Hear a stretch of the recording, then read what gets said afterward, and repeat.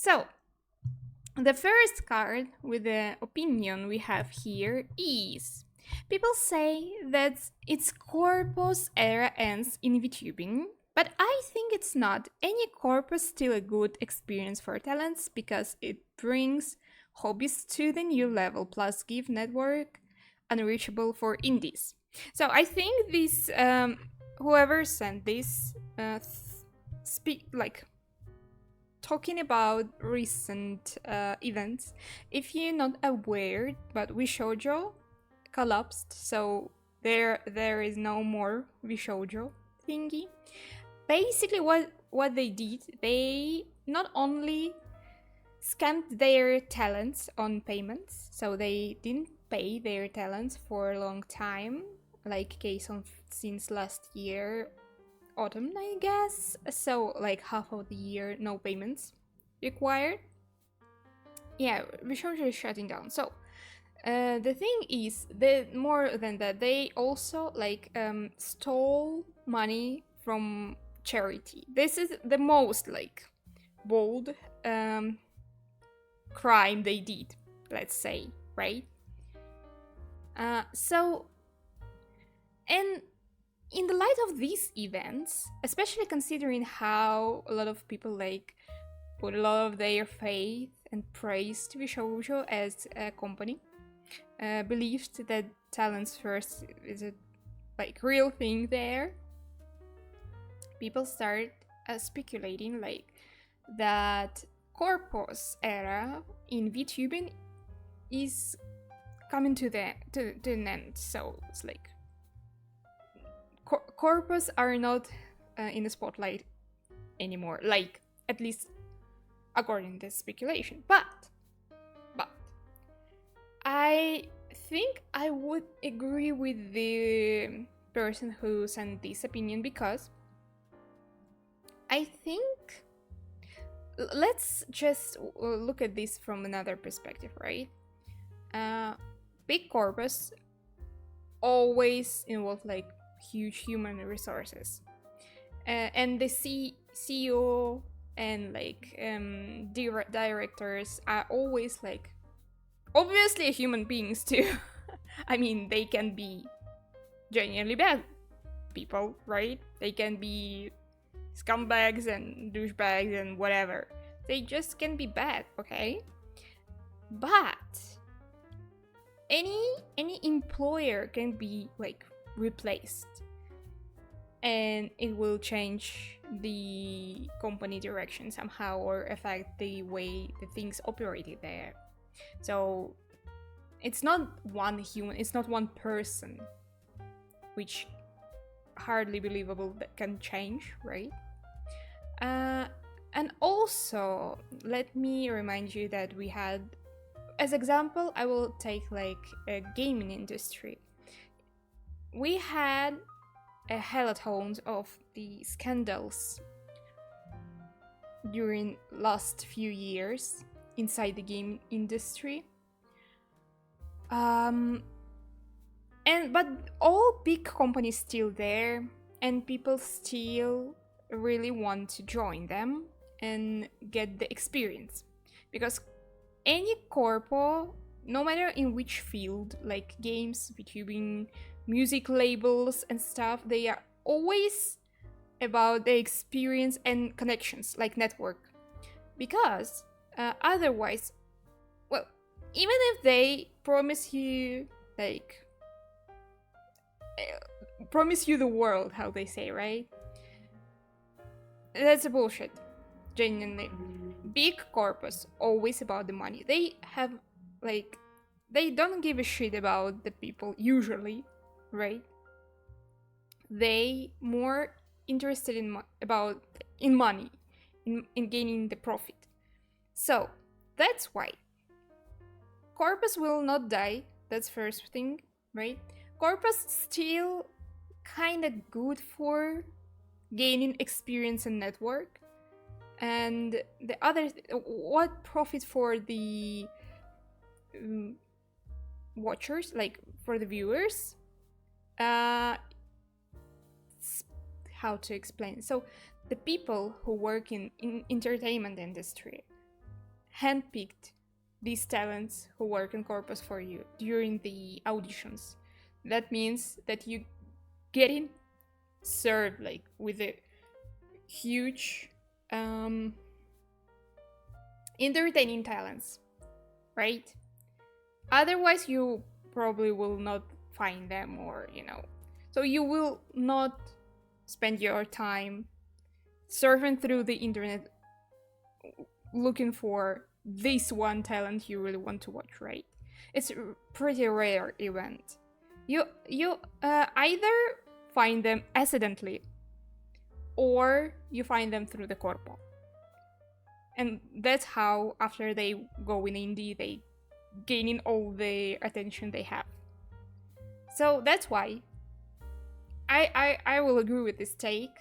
Corpus will not be dead, and Corpus, even if they kinda evil, they and exploitative and other stuff, they do business. They are busy with business. Just be realist, and you're okay with this, and you're gonna be alright. Next. Hot take. Bunny VTubers are all hiding something and shouldn't be trusted. What the hell Bunny VTubers did to you, dude? I have no idea who wrote this, but well, maybe that's because I have no Bunny VTubers friends. Wait, maybe that's why I have no Bunny VTubers friends. Suspicious. Pretty much suspicious. I don't know. Wait. What? It's like love-hate relationship. Bunnies hiding their huge libido. You are so right. Huge libido. Oh my god. They are hiding their huge love to everybody. Well, could you, chat, name me at least one Bunny VTuber?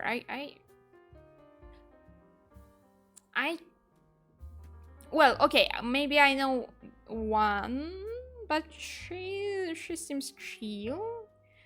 I remember the Eddie. Pecora! You're so right! How could I forget about the Pecora? You're so freaking right. Pimpkin. Damn! I just got what the Bunny VTubers are hiding. They hiding war crimes! How could you? Guilty. Me. Peko Mama. Peko Mama is not far from Pecora, so. But we love Peko Mama. Peko Mama is cute. No, only know Pecora. Everybody knows Pecora now after the Death Stranding, I guess. Yeah, you're right. Pecora. Well, now I slightly more understand this take, I think. Amazing. So, next! MILF mentioned. Oh, hello, Jogai! Welcome. Peko Mama mentioned. Next! Oh my god, this long one. Let me do it bigger. So, oh, it's a multiple in one. Okay, I see. Give me a moment. Let me turn on the notifications from the job. For the God's sake, stop. Stop yapping in the Friday's evening. How the hell?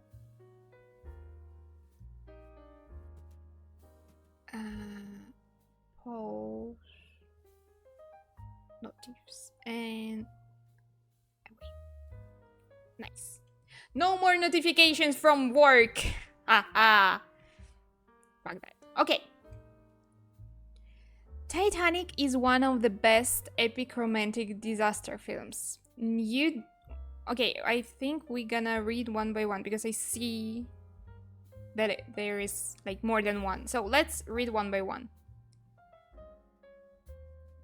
Someone sorted all his opinions in one message. Yeah, kinda. So, Titanic is one of the best epic romantic disaster films. Not gonna lie, I don't think that I like Titanic. I don't know. I don't like disaster films. I don't like drama romantic films. Well, sorry, I'm not vibing with. What the fuck?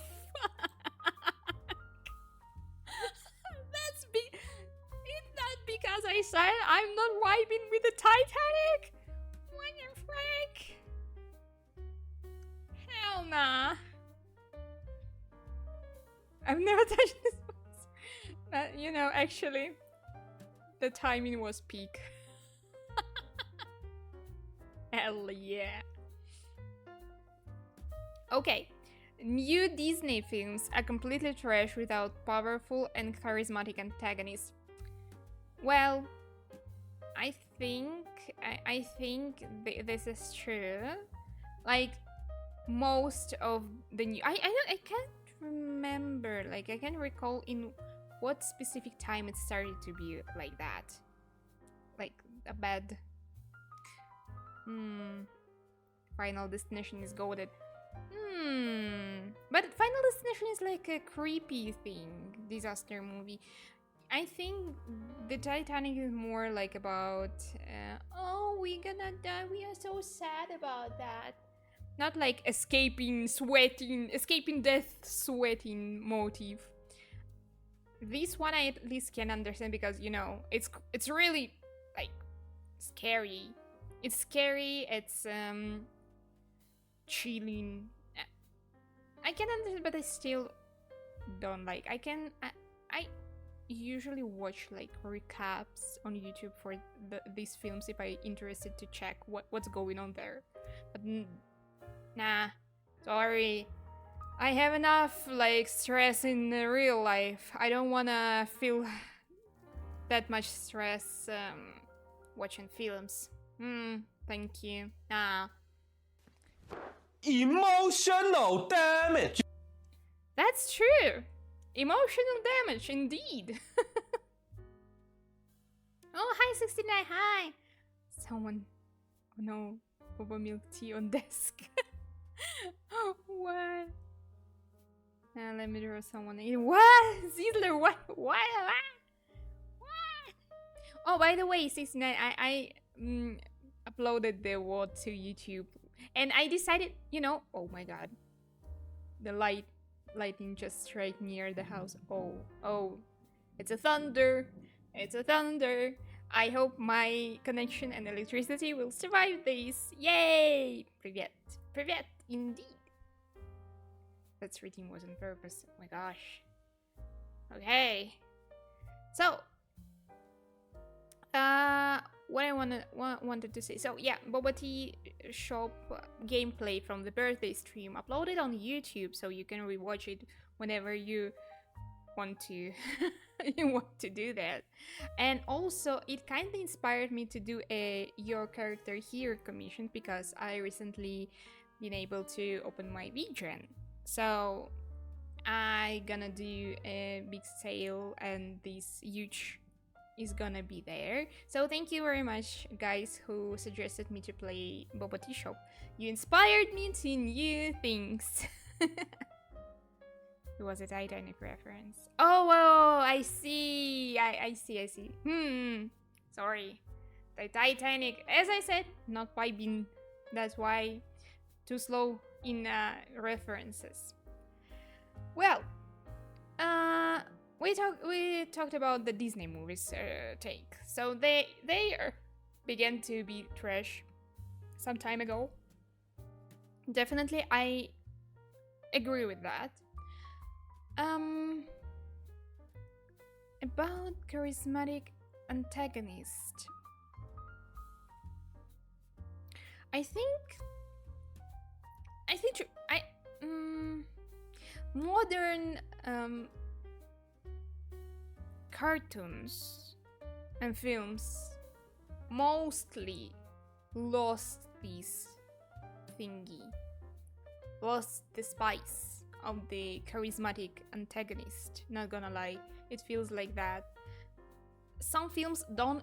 It feels like some films even don't have any antagonist at all, and not only in Disney. Just most of modern films. So it feels like we have like two sides. No charisma, no spice thingy. Just mostly like a social statements, right? Or crazy, brutal, bloody things on screen. Like crazy stuff. It feels like this, that we have like soft and sweet, or on the opposite side we have like almost gore. Tyler Durden from Fight Club. Yeah, things like these will be missed a lot. Will be missed, yeah. I like smart films. I like thrillers, I think, because thrillers are about tension, but or detective things when they are smart, when they try to trick me, when they not rely more on, you know, visual disgusting things, but more on some smart decisions, smart moves and stuff. We do movie review or opinions tonight. Movies are being allowed. I left the link to the opinions being posted like a week ago, and if I remember correctly, you will not be was not able to reach this website to leave your rate. So stay with us, and you know, maybe if we will have time, we can like spend some time and like discuss your opinion. We like taking a hot takes today, and I have all sent here already. So let me continue with this one. New anime titles with the crazy animation are boring. For example, Solo Leveling, To Be Hero X, etc. So this, well, not all of them. Sometimes crazy animation, so-called, meets like not so bad story. Can't say that the crazy animation, like crazy visuals, are always means that the story is bad or the title is boring. It just means that they had money, and sometimes both these both these things meet each other on screen. It's a rare event. Most likely mid stories get money for some reason because they just on the hype. Solo Leveling is mid, Ziller said. Yeah, I agree. I mean, I'm sorry, but I think so too. But it had their audience. It found their audience. That's how it got money for good animation, right? Example, Demon Slayer. So the story, well, if you read manga till the end already, you probably know that in general story feels mid. I'm sorry if you're not a manga reader, just anime watcher, but you probably will not be like disappointed, but you know, it's not that deep, unfortunately. So, but when it started, when the first season been on air, it felt so fresh at some point, including the visuals and the story. But how it goes, like how it went, how it finished, so. I think I know more, like, more interesting example. Mob Psycho 100. Mob Psycho. Because they use a lot of effects and interesting angles and visual, language. Their visual language is quite interesting, and the story of self-development through the show is quite well. It's not bad. The characters has their development arcs and stuff, so I can't say that it's like bad. I even maybe will say that Mob Psycho is not mid. It's above mid. At least. I watched it long ago, so hard to remember like in details, but I think this is a good example when the visual language and the story language all together on a good level. So what's going on in chat? You can feel more deepness. What?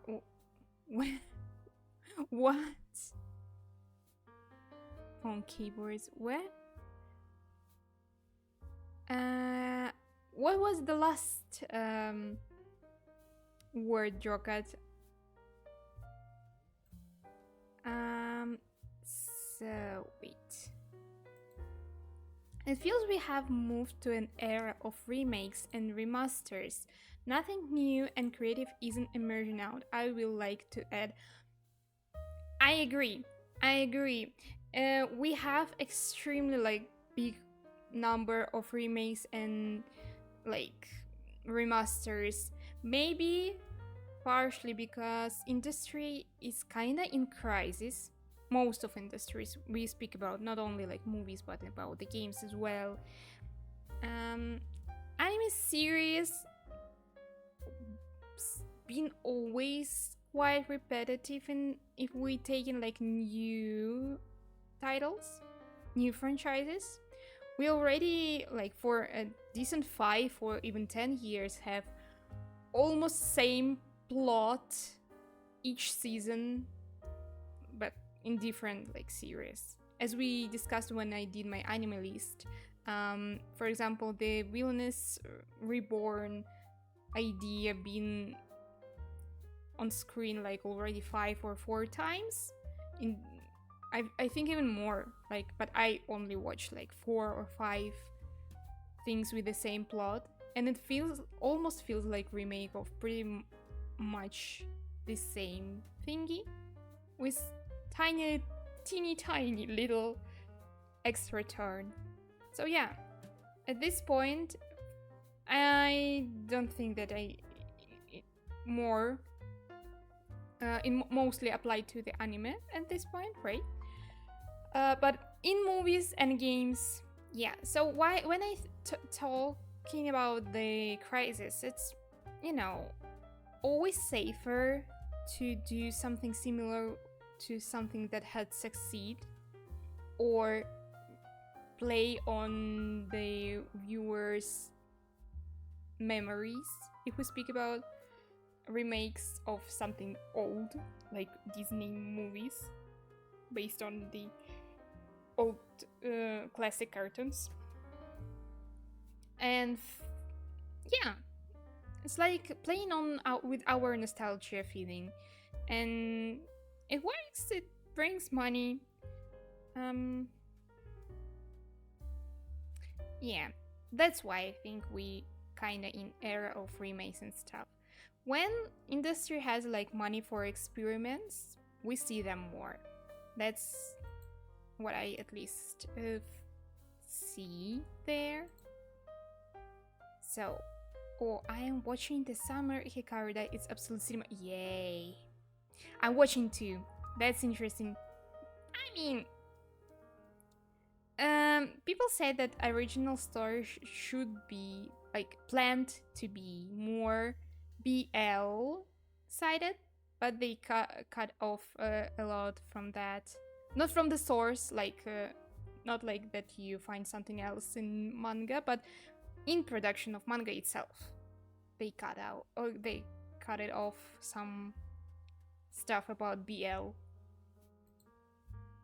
Joker. Okay, there are some stories where you can feel more deepness in the anime than the manga. In the case of Demon Slayer, you could feel it more in the anime, but the manga was incredibly simple, and anime has more resources to work with, so it feels more deep.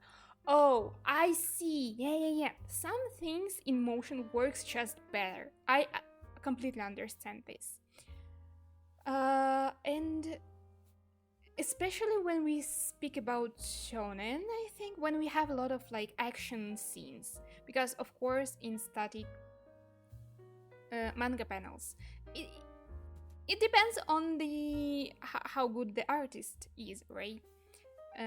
Sometimes we can feel this motion through the panels, but with music, with colors, everything in motion, some stuff just works better, and that's why you feel more attached, more entertained by the story with the good visuals. So I see your point. Personally, I think if they added BL, they would get backlash on person opinion. There been a reason for the cutting of the BL, because basically the story, I may be wrong, I may be misread something or misinterpreted something, but if I remember correctly, the Summer Hikaru died being originally about the like exploring your gayness. Can we tell it like that? I know that my wording is a crazy awkward, but it was a more like main point, but with interpreted through the mystical thing, but main focus being on the exploring your feelings and your stuff, you know. the love between boys, I'd say. I don't know, sorry.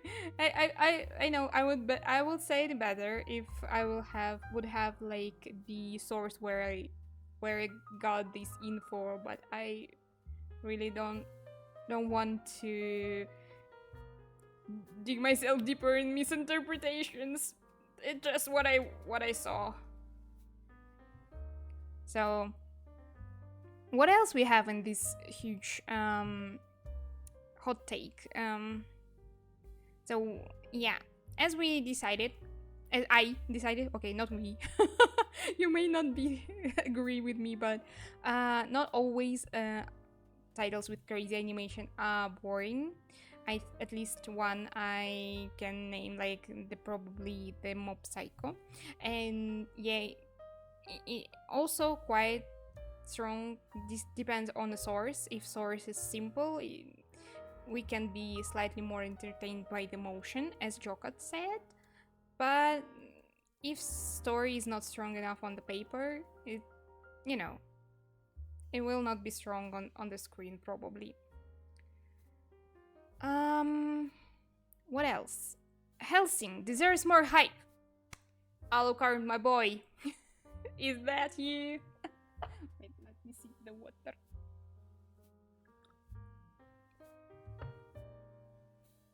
Absolutely agree about Hellsing. True. I mean, I feel we will see the renaissance of this title. We should, I think. It wasn't on like extreme hype when it was a fresh thingy. At least I don't remember something like that. But I know that people here and there are still interested in this title, so maybe it will see its renaissance sooner or later. Everyone should worship Alucard and integrate Hellsing. Well, I don't say anything, but I would love to see the Hellsing on hype. It will be way interesting. I think, and as I said, I think it will be. Because I see some old trends, old, things are coming back through the younger generation, even. So that's why we maybe will see. So the last one, I guess. Harry Potter books were pretty nice for their time, but we need to move on. So incredibly based. Oh my gosh. So, as someone who been obsessed with Harry Potter during the teenage, I luckily moved on. I stopped being obsessed with Harry Potter in my when I finished school, I think, or maybe even slightly earlier. But yeah, I agree. I see that. So, are we gonna have a TV series about Harry Potter, but with a new cast and stuff, right? I understand why they use the well-known name, but market for the new generation, because the people who grew up in times Harry Potter being released, we had our magical story for when we've been young, but nowadays, what exactly teenagers and younglings have for them? Maybe I'm not aware about Gen Alpha. Who are they? Gen Z? No, Gen Z should be already pretty old for this. But yeah, the newest generation, what they have for them, same value, with the same value as Harry Potter being in our time. I don't think that I know. Aside a brain rot and TikToks, a story, a fandom they can jump into altogether. I don't know. And maybe it's a good thing to try bring something to them, for them. But the other thing, I don't think that old name will work. Old franchise,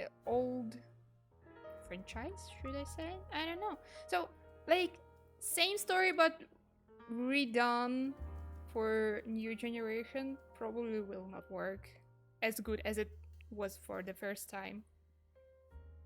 Maybe it would be better to do something new. New.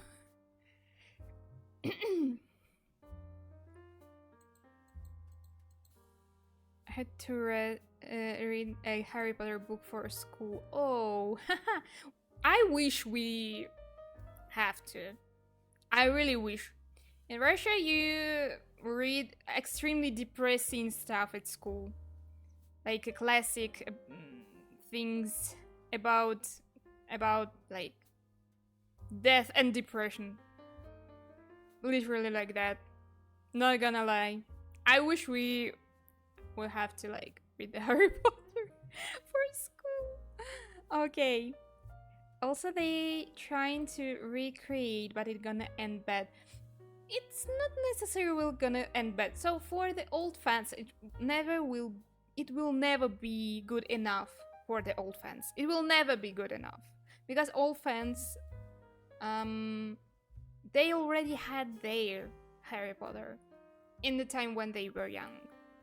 And for them, it's one and only. They don't need another one. But they will judge you. They will compare new to old one. And this is the only way why it will not be a good result.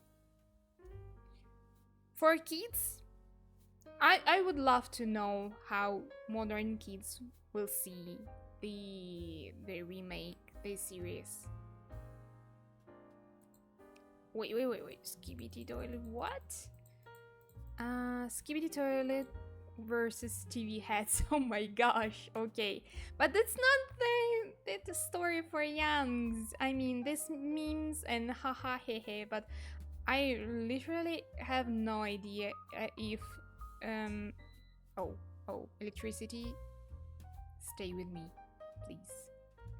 So, I literally have no idea if younger generation has their like fandom one for everybody. So, guys, the thunder is going on. So, if I will, disconnect, I'm so sorry because I have no idea what to do with this. Probably nothing. So, I hope we're gonna be okay, right? So, we were talking about Titanic, and I remember the reel where a woman comedian says, "I'm so sensitive emotionally, especially when your favorite characters die, like Leo DiCaprio died. I cried so hard, it kicked me out of Django Unchained. Oh my god! Jokes. Jokes on you! Oh my god. TikTok, I was banned few days back. Oh, really? For what? What have you done? Why did TikTok ban you? What did you do? I love Andrew. Andrew? Who is that? Do you have the merchant of Venice? School? Wait, what is that? Let me check. What is that?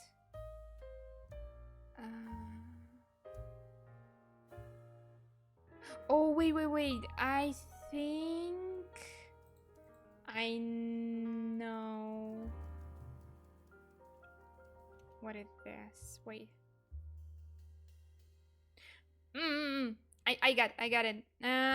I don't think that we had something aside.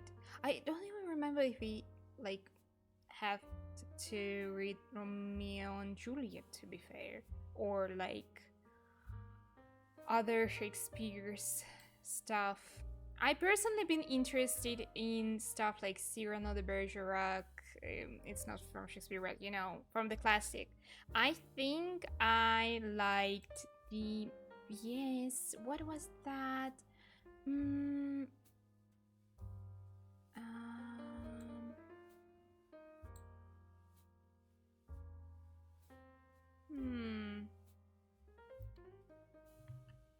I will not remember the name, but yeah, I was quite interested in some classic literature when I was at school, like when I've been in a high school. The only writer that I really wanted to read. Who? Where? What? Person? I lost that. I lost the track. Sorry. When you split your message, sometimes I'm losing the idea. Could you repeat? Not on TikTok. It is already banned in my nation. Oh, I was banned on Twitch by a TikTok streamer because they are brain rot. Oh my god. I see that's okay. Crazy. Every time something crazy is going on with us on the 69 side. Hell yeah. So yeah. That was the take about the Harry Potter. So just to, summarize everything, I think we actually need to move on. And I see why the business again, right? Trying to milk the franchise as long as possible and try to redo it for the young generation. It's just convenient to appeal to famous franchise, to the famous name. So that's why they think probably it will work. But we kind of really should let it go. Set the Harry free. Set Harry Potter free. Okay. But yeah, younger generation need their own franchise like this. With the same value, with the same vibe, maybe. I don't know. They need something. That's what I think. I hover with iPhone. Maybe not like that, but I said that I love writer Leonid Andrew. I read a few of their works. Leonid Andreev! Oh! I got it. I have no idea who is that. I'll need to check. Wait, actually.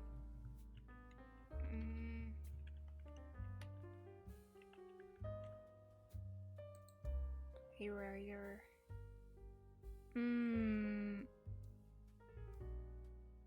Oh, okay. I see. Why do you... May I ask you why you like this one? While we moving on with the next hot take? Let me know why you think, why you find this author interesting. It would be nice to know. So, okay, I see you, Eren Yeager. I already prepare myself for the hottest takes. You guys know Dostoevsky? Sure. We kinda, you know, forced to read this at school. That's why we, of course, know the Dostoevsky. So, Eren Yeager is the bad guy. Just cause he's the main character doesn't mean he's a good person. He might have had noble intentions at some point, but by the end of the story, it should be obvious he's a bad person who is doing the bad things for selfish reasons.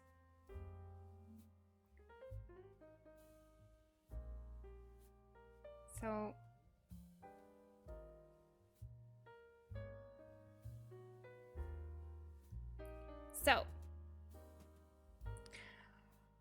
Eren Yeager.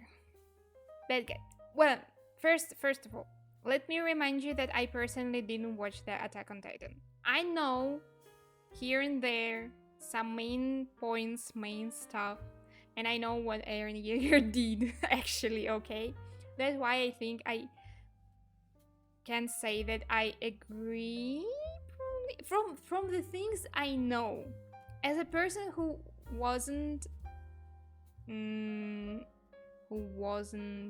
like into characters, so I had no any specific feelings to the character during the story maintained.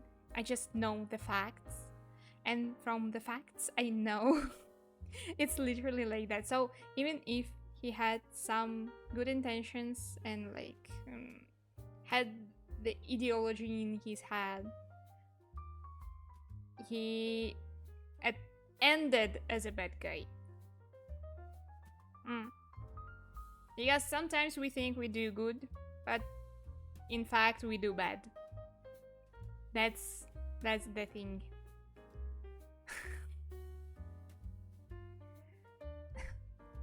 I insist to call the G word like a cider. Eren Yeager wanted to make some cider.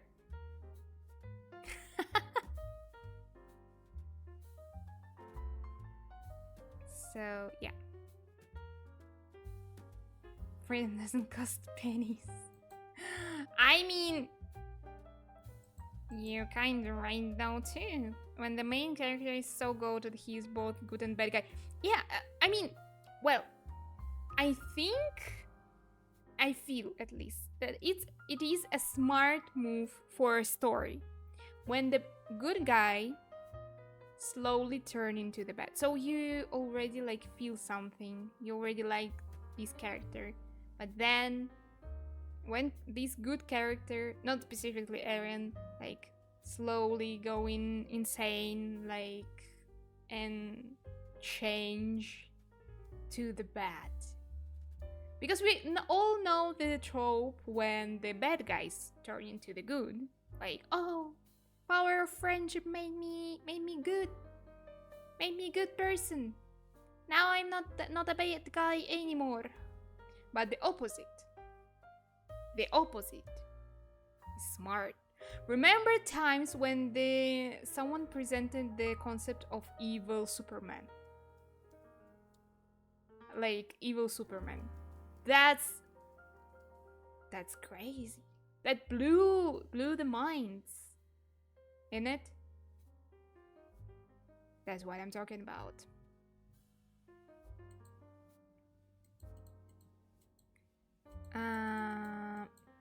Hi, Sutareta. Hi, how you doing? I'm doing fine, thank you.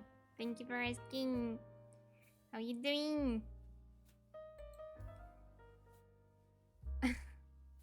Okay, I got it.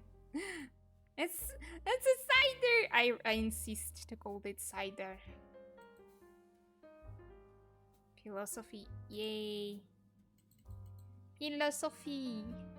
Oh my god, it's philosophy. In the chat. Chat, you so smart. So let's move on. Next. Oh my god. Wait, is it the right one? Yeah, that's the right one. I just got back from the scene Fantastic Four. Oh, so how did you like that?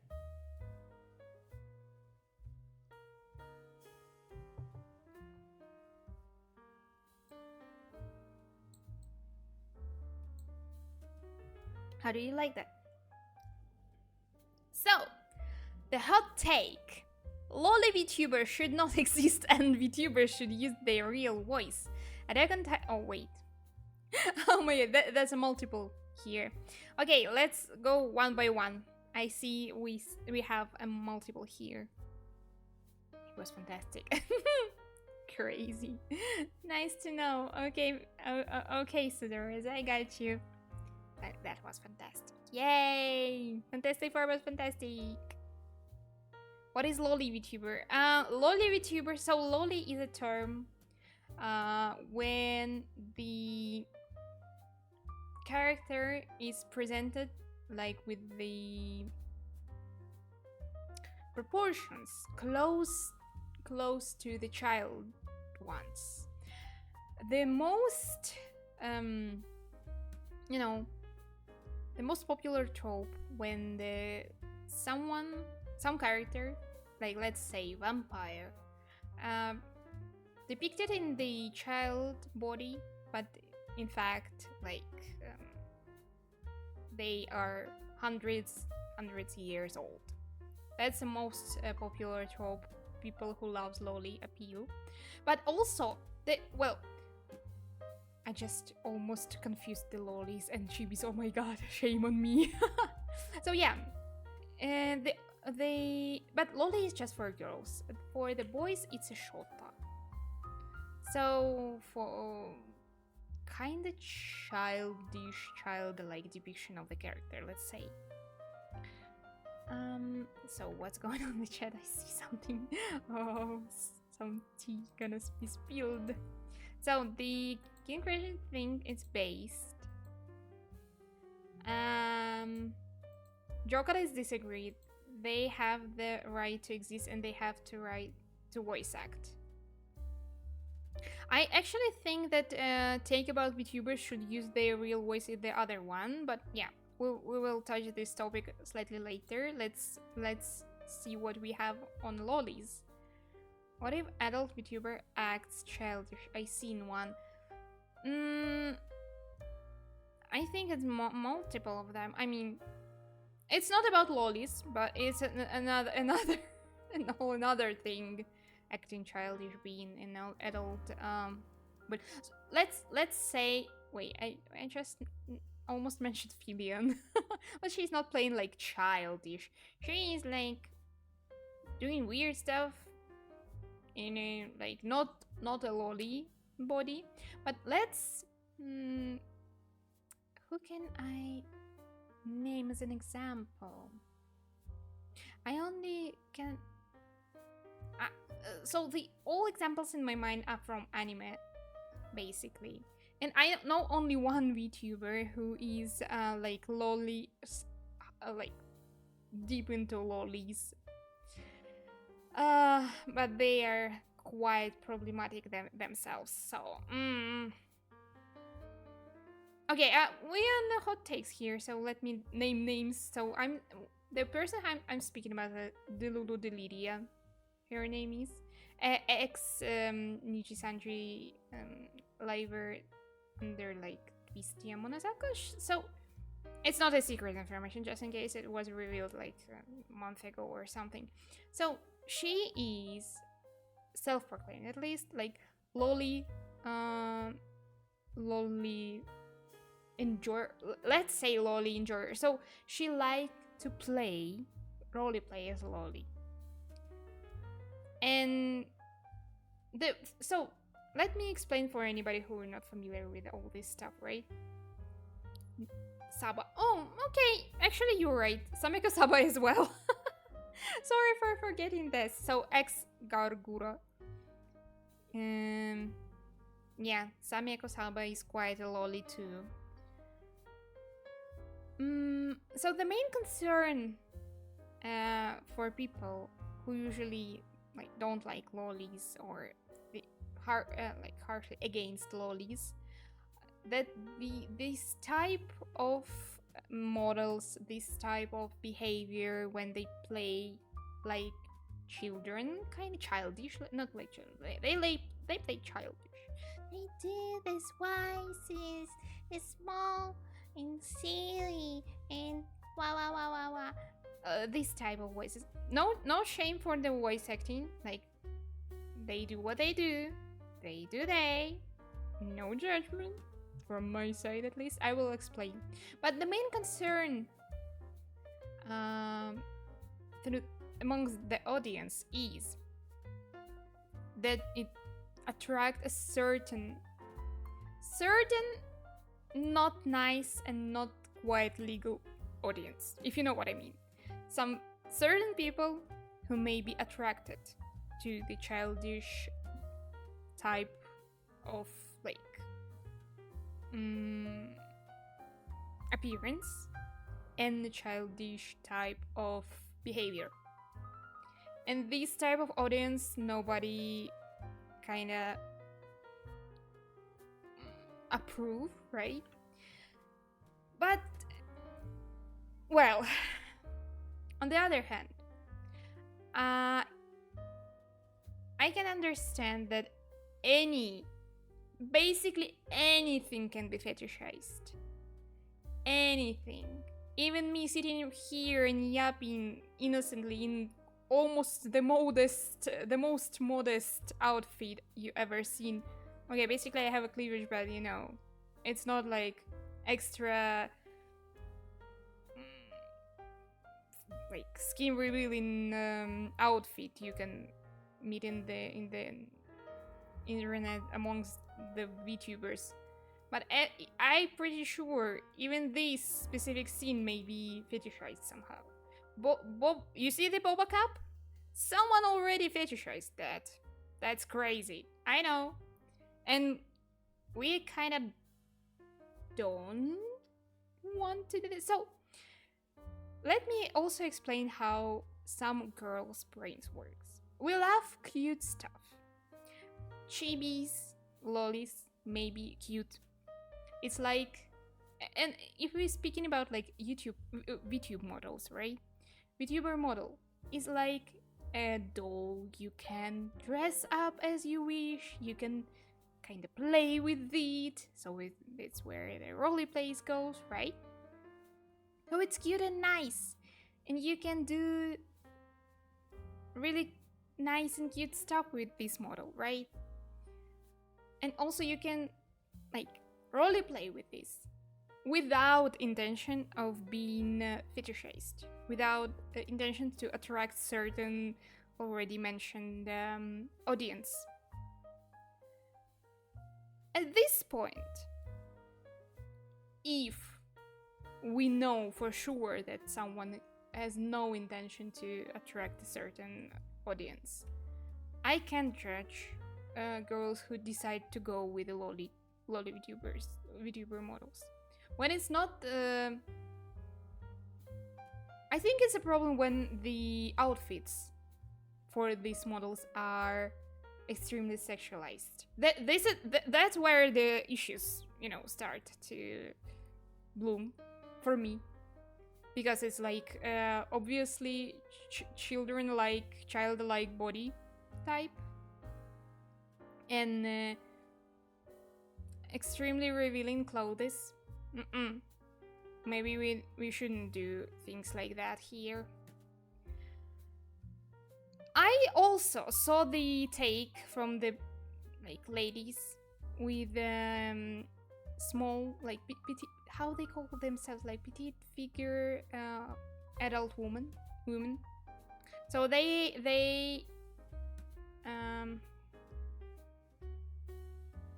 insist that their IRL bodies are petite and, almost like they are loli models. I saw ladies like this in their real life. I believe that they can be like this for sure, even if they are 30 plus. Trust me, I saw these people IRL, but still, when it goes with some voice and behavior and stream plus some revealing outfits, that's where all these things together causing the troubles, for at least in my opinion. Oh, hello Bloody, hello son. I'm not talking from experience, okay, experience, but not mine personal.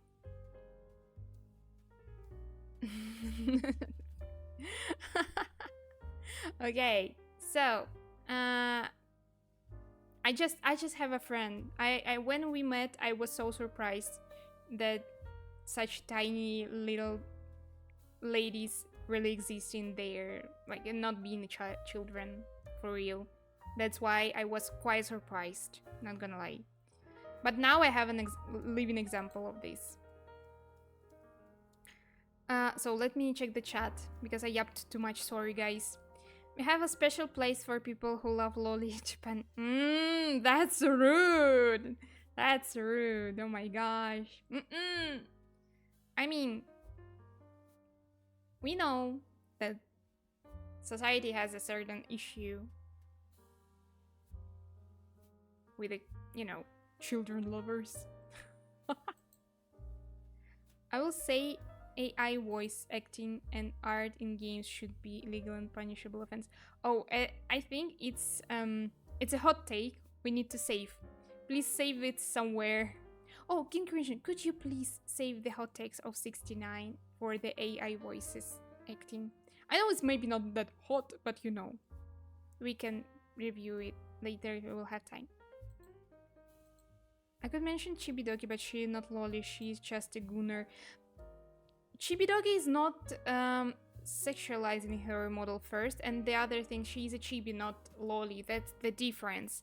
If I would do for chibi model for me, not child-defying, kids-defying, how to say this?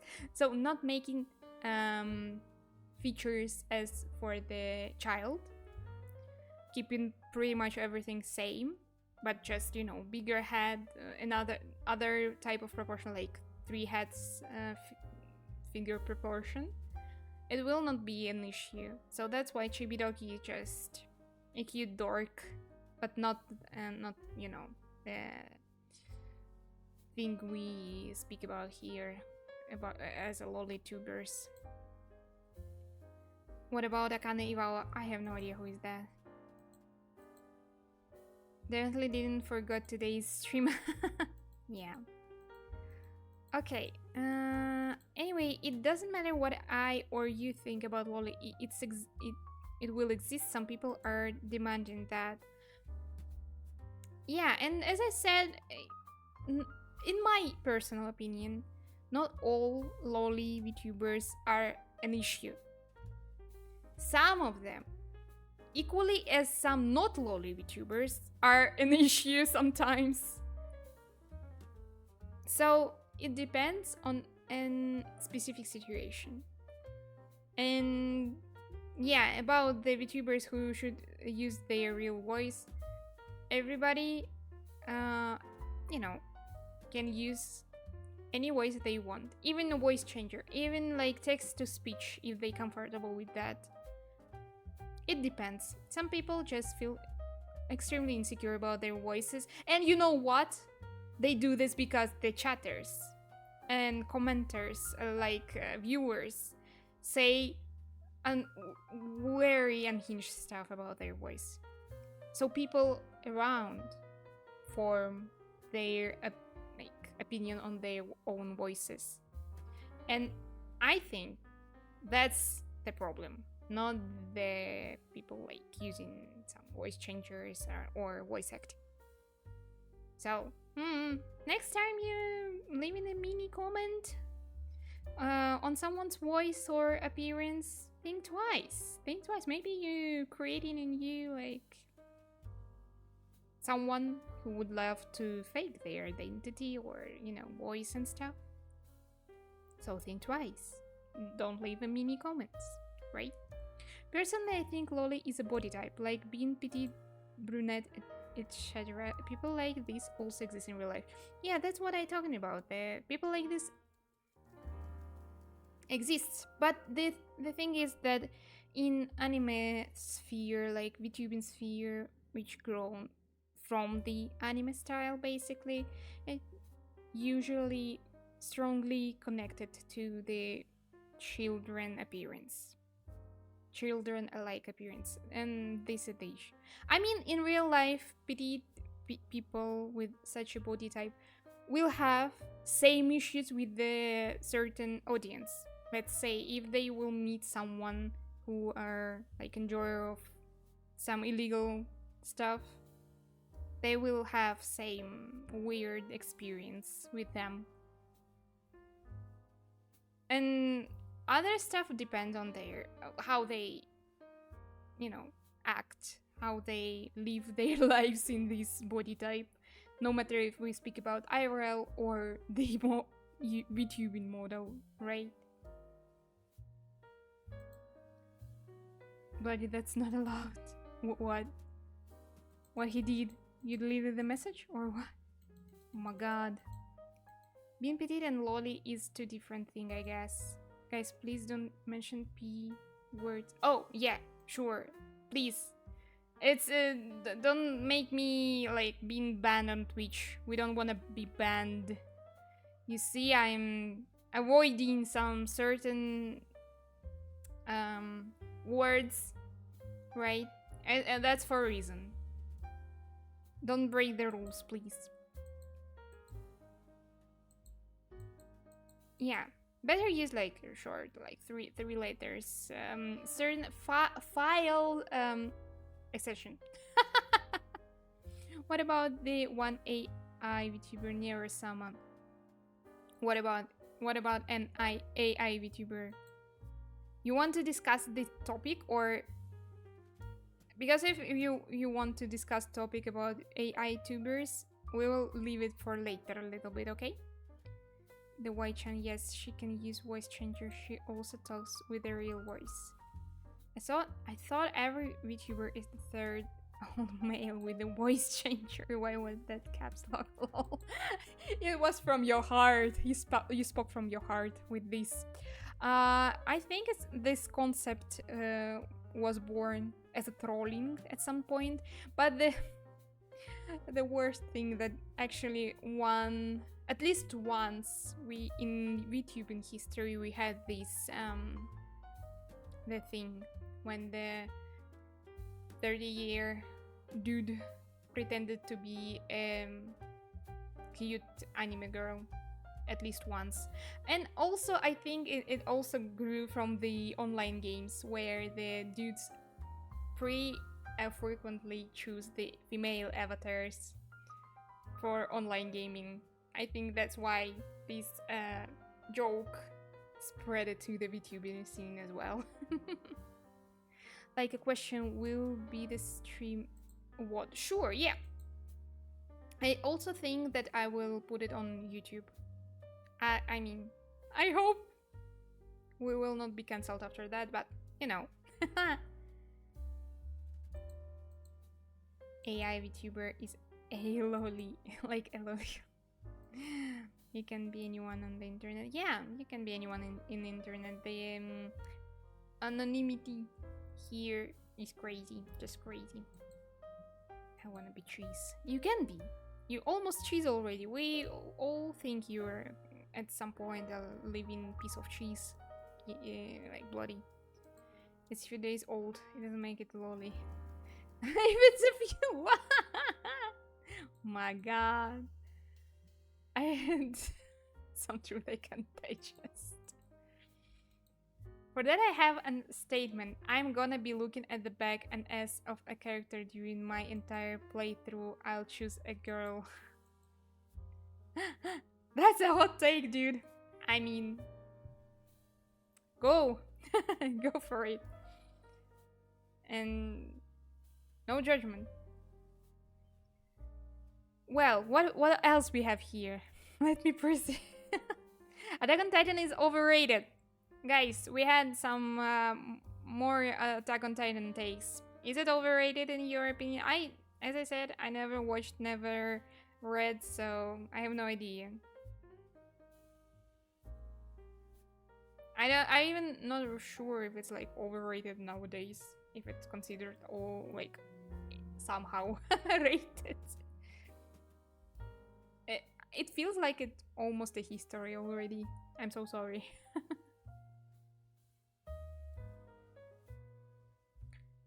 And while you... It's a little bit overrated. Okay. Let's say it's a little bit overrated. According to the chat spoke their truth. Shinzo Sasageo, for real. Like, the music. The music. Some openings from and endings from Attack on Titan still goated. Like, I love some of them very much. Man, I don't know what to say about the show itself. Okay, bloody.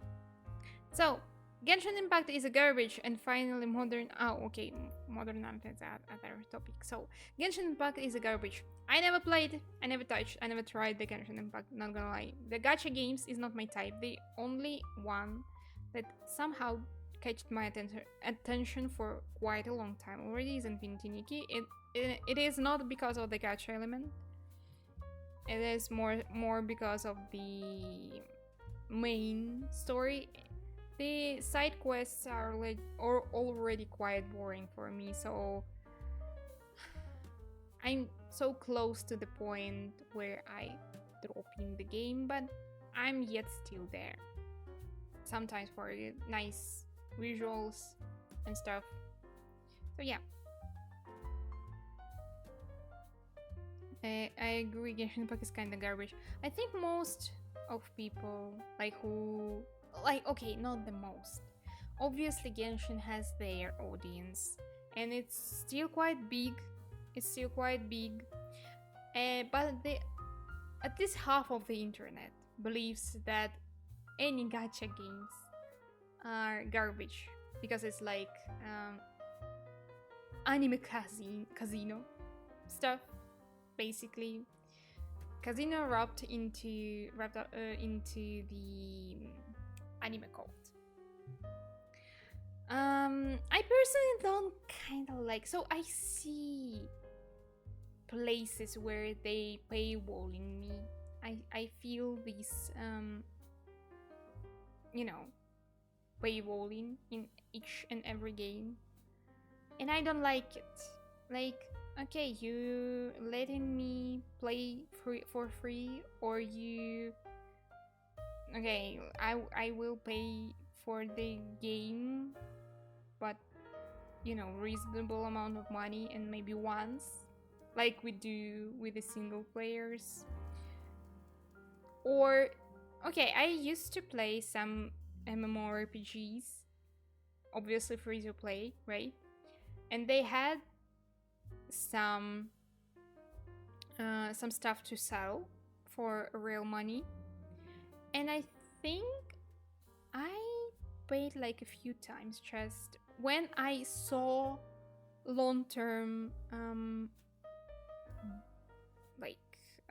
profit for me from this purchase. And that how the way of making me do some purchase I respect, because I see the benefits. otherwise, like cosmetics, like one-time payment, like for something that doesn't last long. I don't think that it's good. Like, at least for me. I don't like spend money on such stuff. So yeah. That's why I don't know, like garbage. They obviously got their audience for a reason, and at the beginning they seemed quite interesting in terms of like characters and visuals. I really like the visuals, I think.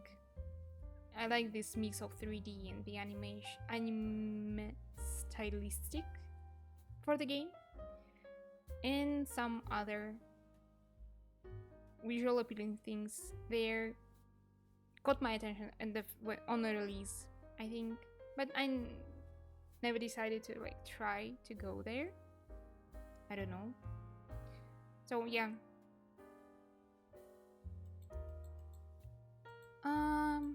Played Genshin for 2 years, 24/7.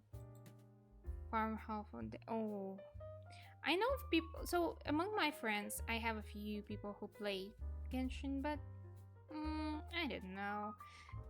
Playing as, for example, playing Infinity Nikki myself as like another example of gacha game, I already feel like I'm slowly getting bored. I know not all gacha games are the same, and maybe at some point you will not be bored, but I don't know.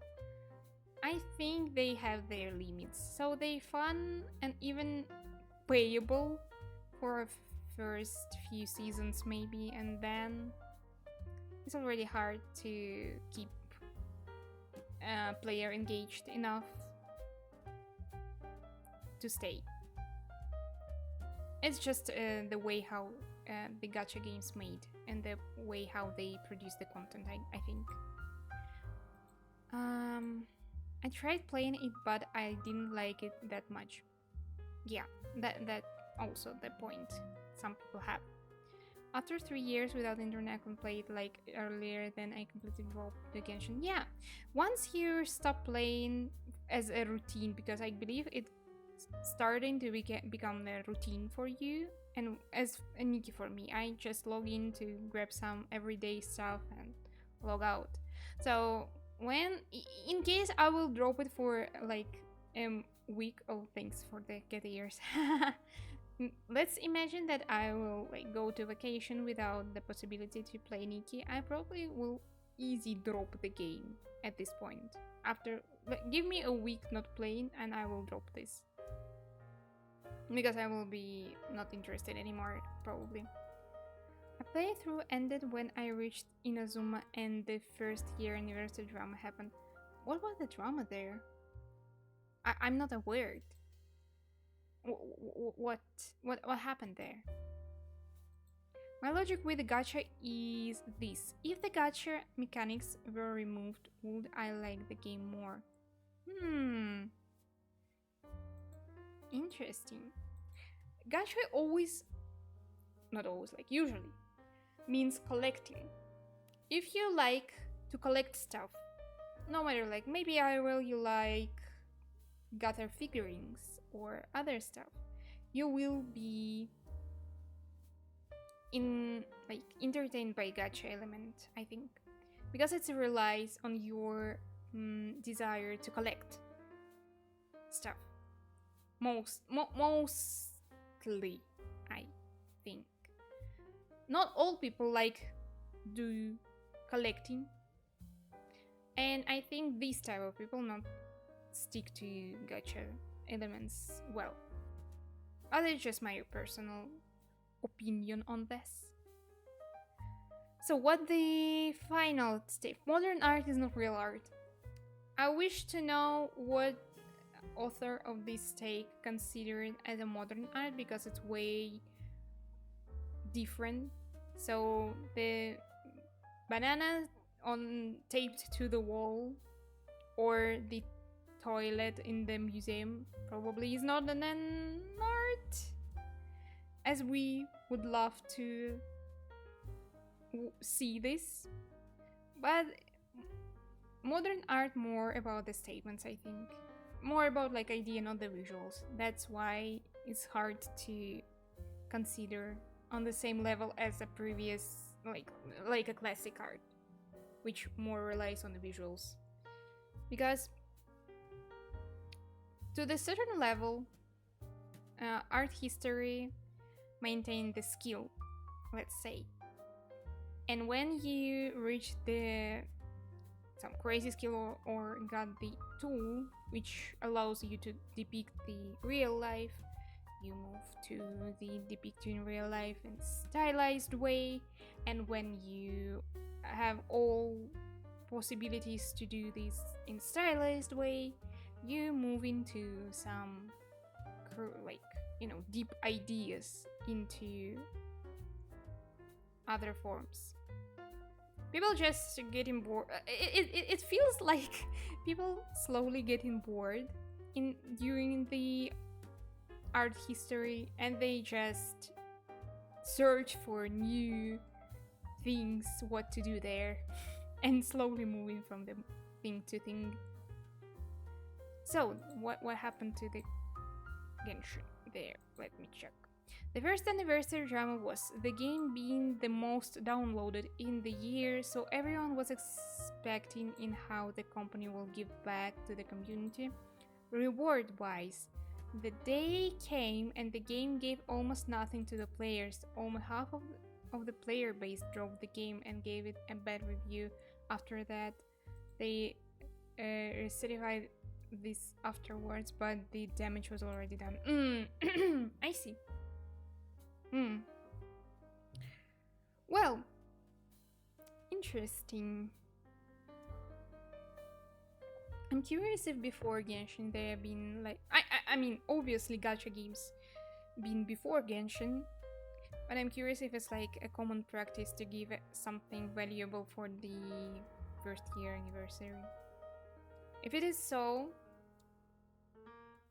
it's interesting to see like how undervalued it been, because as a Nikki player, we already like the year is not passed yet for the game, but it's already been like 2 scandals at least, so that's why interesting to compare. Sorry. Let's move next. Oh okay. Boruto fillers is better than the canon. Boruto should have been a slice of life show, not an extension to Naruto. Unless it was Araki or Oda behind the pen, you shouldn't have gotten serious. Oh, I see. Interesting take. So, as you know, I didn't watch the Boruto, but we sometimes discuss it here. So, maybe it makes sense. A Boruto animation.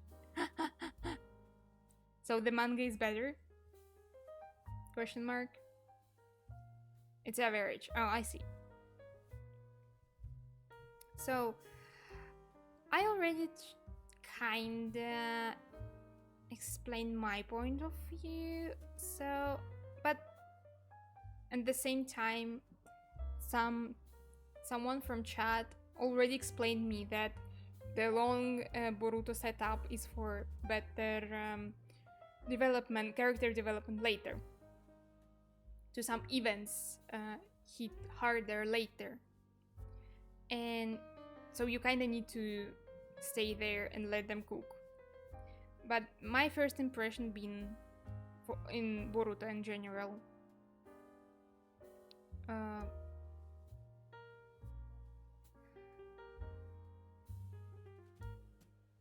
that was like the show has no point, same point as Naruto at the beginning, and it was like a spoiled child sad story that can be taken serious. But yeah, later people explained me that it's like a setup, just let them cook.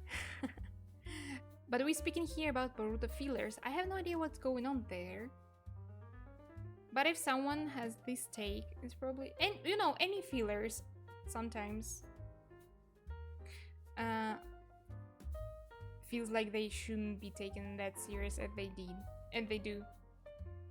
So it's not the only Boruto's issue, I guess. Now I am quite interested what is Boruto filler about. Shouldn't slice of life show. Oh, wait, the filler is better than canon. Sorry, my bad. I misinterpreted it. Wait, so the filler is better. But filler, oh, I guess it is because, oh, I see. So, apparently the filler being slice of life and felt more natural and more,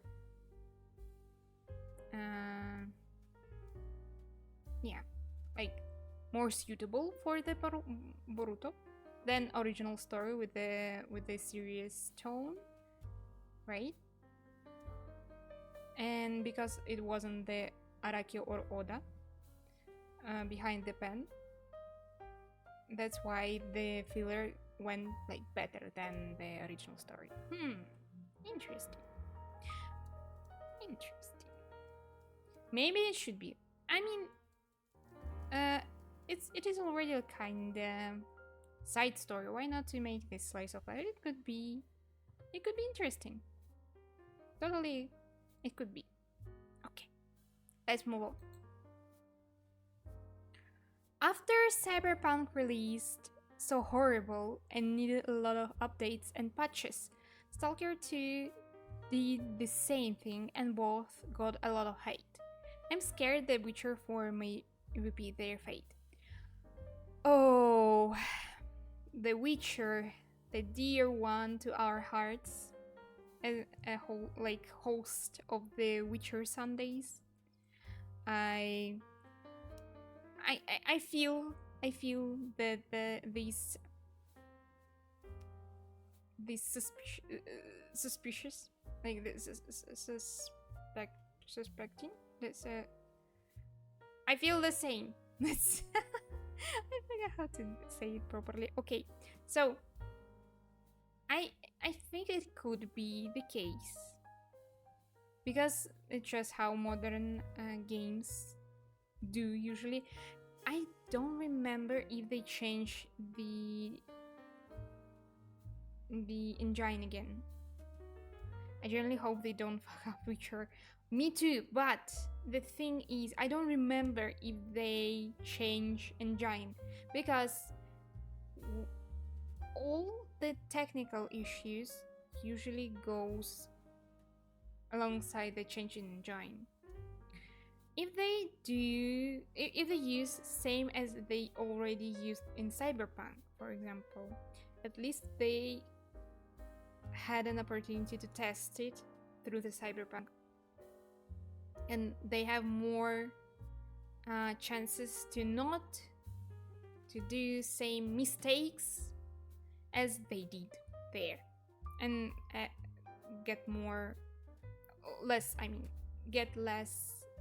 technical issues. Well, at least let's hope that The Witcher 4 will not repeat the fate of these games. I hope they will rely on reuse of stuff enough to not fail the thingy. If I correctly understood, the DLCs for the third Witcher been good. I mean, they went by the already known path with the production, so it means if they would do the same with the next game, they more likely will not have any like serious issues, right? Because it's basically doing all the same. Hello, how are you? I am under the water. Please help me. Here too much raining. With new environments, new characters, but in general, they will be all the same. Thank you for the hydrate. I do. Let me hydrate. Yappers should hydrate. So yeah, we will hope. But we will hope. which are just too dear to our hearts. Next! I think... Oh my god, I know this. I think there is nothing wrong with a new... I don't know if I can say this aloud. Okay, these... You see the name. A VTuber group. And no one should be cancelled for liking them nor their talents. The market will decide if they succeed or not. That's the hottest take yet. I think the most controversial one for today. At least for now. If you're not aware of this situation, there are some VTubers announced on Twitter that they making the group named as you see on the screen. I'm just not sure if it's allowed to say aloud on Twitch, so I will avoid this just in case. Okay. Better be safe than sorry. So, and the person thinks that it's oh, and yeah, so the VTubers announced that they're making a group under this name. They've been widely ashamed by the community for the naming at first, because it's, you know, almost a slur. And the personalities in this group, so VTubers who in this group, are also kinda controversial. Oh my god! It's JoJo's Bizarre Adventure です。 Hello! Thank you for the follow. Lucille9. Welcome! So yeah. People on Twitter been angry and like tried to cancel this group and their participants, but the hot take here tells us that nobody should be cancelled for liking this idea or not, and market will decide if they succeed or not. Okay, bye bye 69 and Zizzler. Have a good night, guys.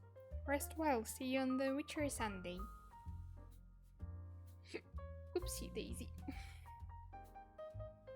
Okay, so yeah. On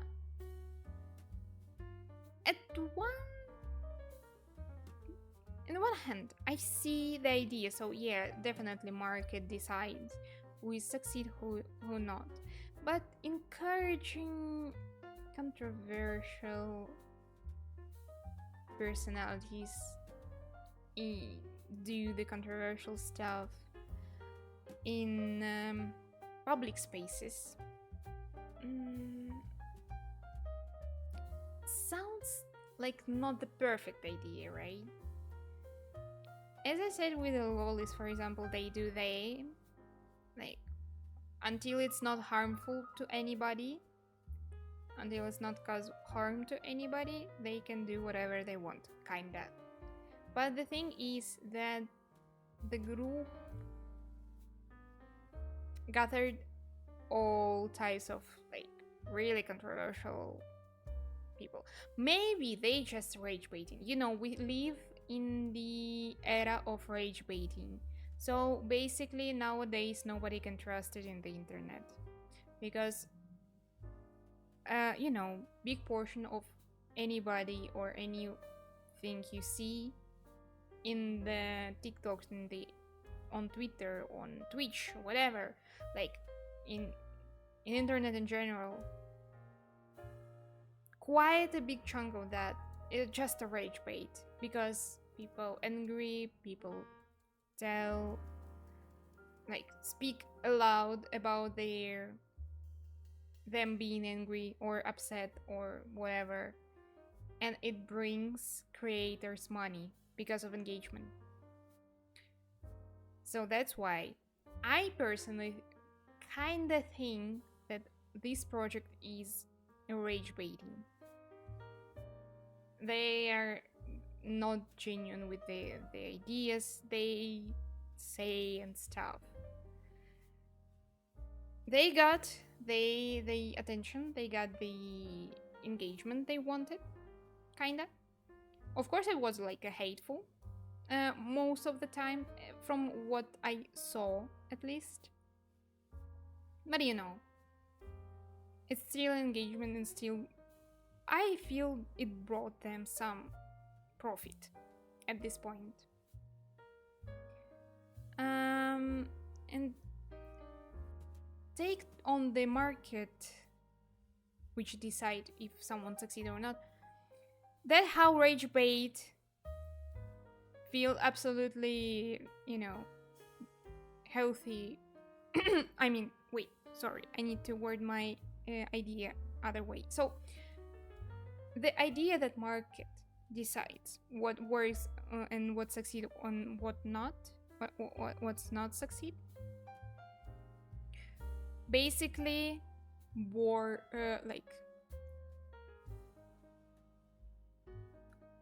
this is what brought us to the era of the rage bait,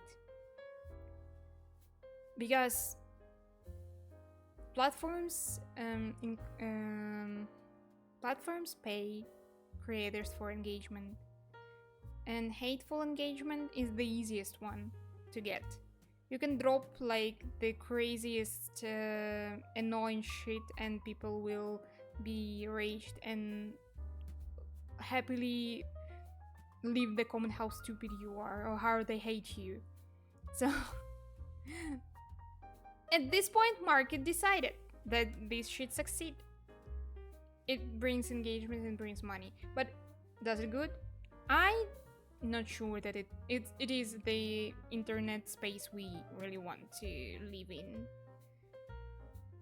It always makes you want to double check if someone say or do stuff genuinely or just rage baiting. And even me, like professional doom scroller, or you know, a YouTube watcher, TikTok watcher, whatever, sometimes I fall in for the rage baits. Not like I do commenting or stuff, but I feel the rage. And sometimes I even believe that these people do stuff they do out of stupidity, not like just as planned. That's why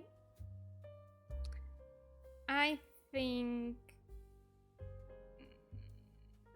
nor canceling nor like encouraging such behavior is a good thing.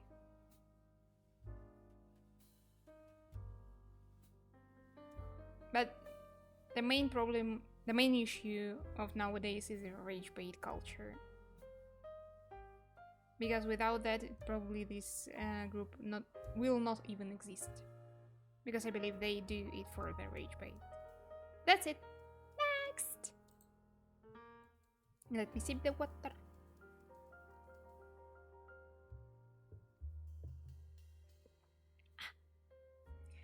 Not all artists should work with clients. Some of them can do cool stuff God S tier, but may be completely unable to run freelance business and fail clients badly. Also, some of God S tier creators unfortunately assholes. That's crazy. Someone rage bait and just slime them. Yeah, if you see a rage bait something like obviously stupid shit or obviously like things that made to make you angry, just not engage with. Not engage, just scroll out, just close. Like, you know, you can ban if you don't want to see this in your feed and stuff, but not engage, not repost, not like, don't bring any attention to this type of content. Otherwise, you help them. Otherwise, you just help the creators, and that's how rage bait will still, you know, the most effective way to grow. Let's not do this. Let's try to fix that somehow, please. I'm tired. I'm old and tired. So, about the take we have on the screen about the artist. So, I definitely agree, at least with the first part. So, not all artists should work with clients. I will not say like should or should not, but none of them can do this on the same level as they do their art, for example.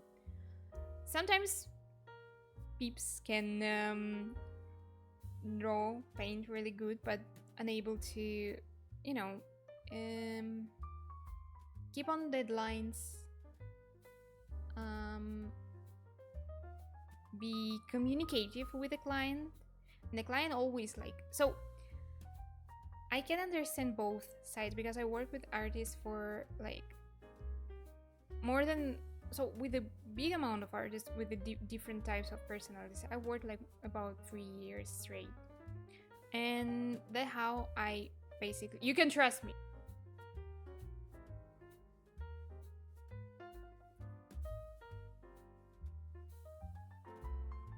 We were connected. Sorry. So I noticed. I stopped yapping while we've been away. So some artists literally has a god S tier of skill, but they find it hard to stay on track with the deadlines. This is the most frequent issue. So like I worked with a guy who had an issue to just, you know, be at work in time. Easy at that, put it like 1,000 alarm clocks and stuff. No, he just can't. And but he been like one of the best artists we have. And well, when the artist is kind of self-employed, they have nobody to help them with this type of issue. Art block is another type of issue. Of course, not all artists are like, you know, corpo type mindset artists. They just like to draw, they just like to be creative and stuff, and we respect that. But when you have an art block or burnout, it sucks for an artist, for sure. It's bad feeling that you can't actually like draw something, you can't be creative, but the client is waiting, and the client has nothing to do with your burnout or the art block. So corpo type business mindset artists should know techniques how to, you know, reduce the burnout pressure on themselves, and I don't know how to go out of the art block, for example. So not all artists pay enough attention to such practices, and that's why they get into troubles with clients. Yeah. And about the some god S tier creators being an assholes, not only god S tier, people are different. Some of them don't know how to communicate properly. Some of them can, you know, think that they achieved something god S tier in their art, and that how it changed their mindset to, oh my god, I'm a goddess tier, everybody should like kiss my boots, I'm so good at my stuff, why don't everybody like praising me, I'm the goddess tier artist, and things like that. So yes, some people just in general assholes. That's happened, unfortunately. But not all of them, of course. Some god S tier creators are sweet as heart, nicest personalities, like sweet bonbons. Love them. Oh, and the other tiny little add-on to the list of issues that some artists have when they try to do commissions for money. Like a few of them. So one of them from the recent events I saw on Twitter. Sometimes people come to you with a commission and without clear communication you probably like can't decide if you can achieve some expectations client have from you. That's why it's important to discuss everything about the commission upfront before any money involved, because sometimes it happens then a client wants you to do something that you obviously can't. You have not enough skills for that. That's why examples of your work is important to present how exactly you can. And if something goes beyond these examples, feel free, at least it should be like that. Artists should be not ashamed to say that they can't do something, because otherwise they will torture themselves in trying to achieve a certain expectation of the client, but maybe will never meet this mentioned level of expectations. That's how both client and artist will be nervous and unhappy with the experience. And the other tiny little add-ons to that in the boundaries, it's basically part of the previous one, but yeah, some artists should not undervalue their work, as well as like, you know, be not allow like, you know, unhinged stuff in communication. So it always like the business, the commission is the game for two. Both you and the client should be respectful and communicative during the work. Easy at that. In few words, easy is at that. You collaborating to achieve a certain result all together, you and your client. So not everybody understands this. That's why not every artist can be a good, like,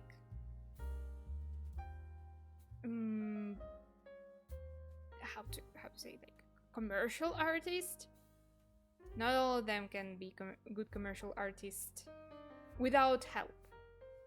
If you feel like you have like issues I just talked about, you maybe need someone to help you or work in a corpo. Because corpo will not let you, you know, fuck around with with the deadlines at least. So yeah. Next. Hot take. Nowadays, animation in anime is far more important than the storyline. Oh, that's quite close to the opposite take we had in the beginning of the stream. I think the thing is that I not really understand if the take tells us that the series put the animation in the first place above the story, or if the person think that animation more important than story. I mean, for me, story is I wanted to say that it's always important, but it's not really. Well,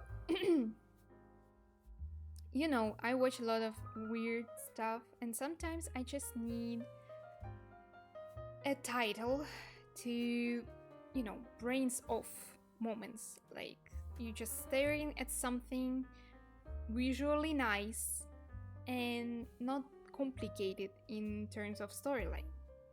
But as well, sometimes when you want to watch something on purpose, like with your brains on, actually, you really want to find the story you will like.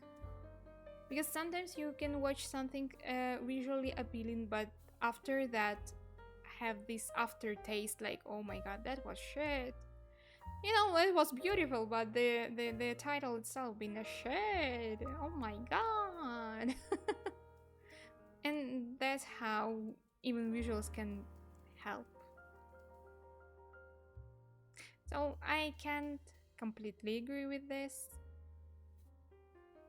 because I think in ideal world, both visuals and story important. But it seems like studios actually put the visuals slightly above the story in production. But as I said, in perfect world, stories should be good too. Next, sipping water time. No game, no life is boring anime, and the characters don't feel smart because the writer just makes up rules whenever he wants. There is nothing smart of coming up with the rules on the spot to pull your main characters way to victory. Oh my god, that's what about the stories. Well, we just agreed like the story in Perfect World should be important too, the same important as visuals, and this is exactly example of S S story. So I hate this type of stories when the marties you and marries you trope there is for a reason. And it's so hated in the writers community that I don't know, I probably don't know even more hated the trope in the writers community, same as a marty or marries you, when the main character like protected with the how they call it, like script shield. So the author basically do everything for main character to succeed. It's like nothing good in this, nothing smart about this. But the worst thing when the story tries to pretend to be smart, when they do the silliest way possible decisions, like for how to make main character succeed. That's I totally see this. Agreed. I needed like make it the chord with the hammer, like boing boing boing. Agreed. Approved. So yeah. Next. We only two left, guys. Nice. So my hot take is that there should be exceptions with age rating and similar stuff if a person is very mature for their age. I just want to join the Discord server. So I know who left this from the context, but I decided to leave this one on purpose because it actually touched important topic about the age restrictions in communities, and we live in communities like VTuber communities, artist communities, game communities, etc. So it's quite close to pop media discussions and stuff. Just say that you're born in 1650. Nah. So I understand when you underage and really want to participate in some fun activities in communities, and you want to be part of this, right?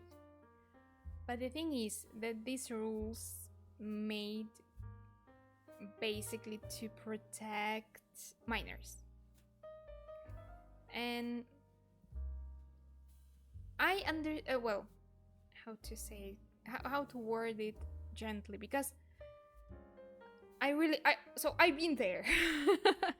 I've been a minor, I understand, and I felt exactly the same, like, oh my god, okay, I'm like, even when I've been like 16 or 14, I thought already, like, I'm mature, I'm more mature than you think, stupid adults. And now, like, looking behind and younger me and my younger self, I understand that maybe I felt more mature because I did stuff. I did way more creative stuff and smart stuff than I feel like I do now, being an adult. So, but on the other hand,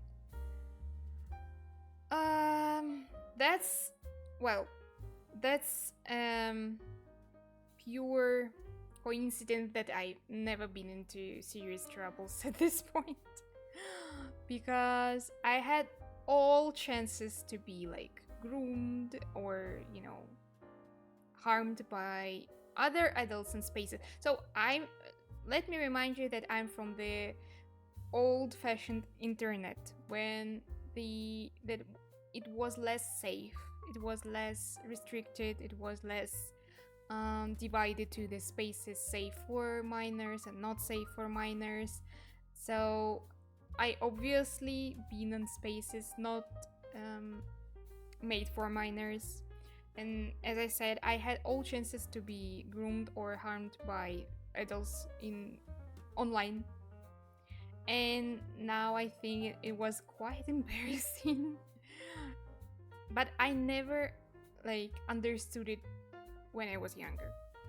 And I thought that I see these silly adults. I understood their jokes. I understood what's going on. Being groomed is like when how to explain what is grooming? Chat, help. Could someone Google the term for me not misinterpreting this? Or TLDR explain bloody what does it mean? Because I'm sure that I can explain it in English properly. The problem is that if the owner of the Discord or community gets held responsible, they can get ruined and stuff. Yeah, this is the other thing. As I said, so the one thing is, like, from my personal experience, it's not just, you know, it's just not safe for younglings, for the minors. It may be so. And the other side, that in modern internet culture, people way more easily get punished for any malicious, is this the right word? Like not good intentioned contacts, like with the minors. So it's like forbidden thing. So adults shouldn't deal with minors because it considering weird.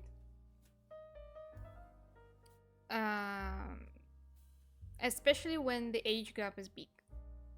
Okay. At one point, I agree, because I see where it come from and why it is weird. And some people definitely do what they do with not a good intention in their mind. 100%, I see where it can come from. But also, I always been curious about these rules at point like, okay, let's imagine me. Let's try to remember how I felt, how I was when I've been like 16. It's not like small child, but you know, teenage. Quite close to the age of consent.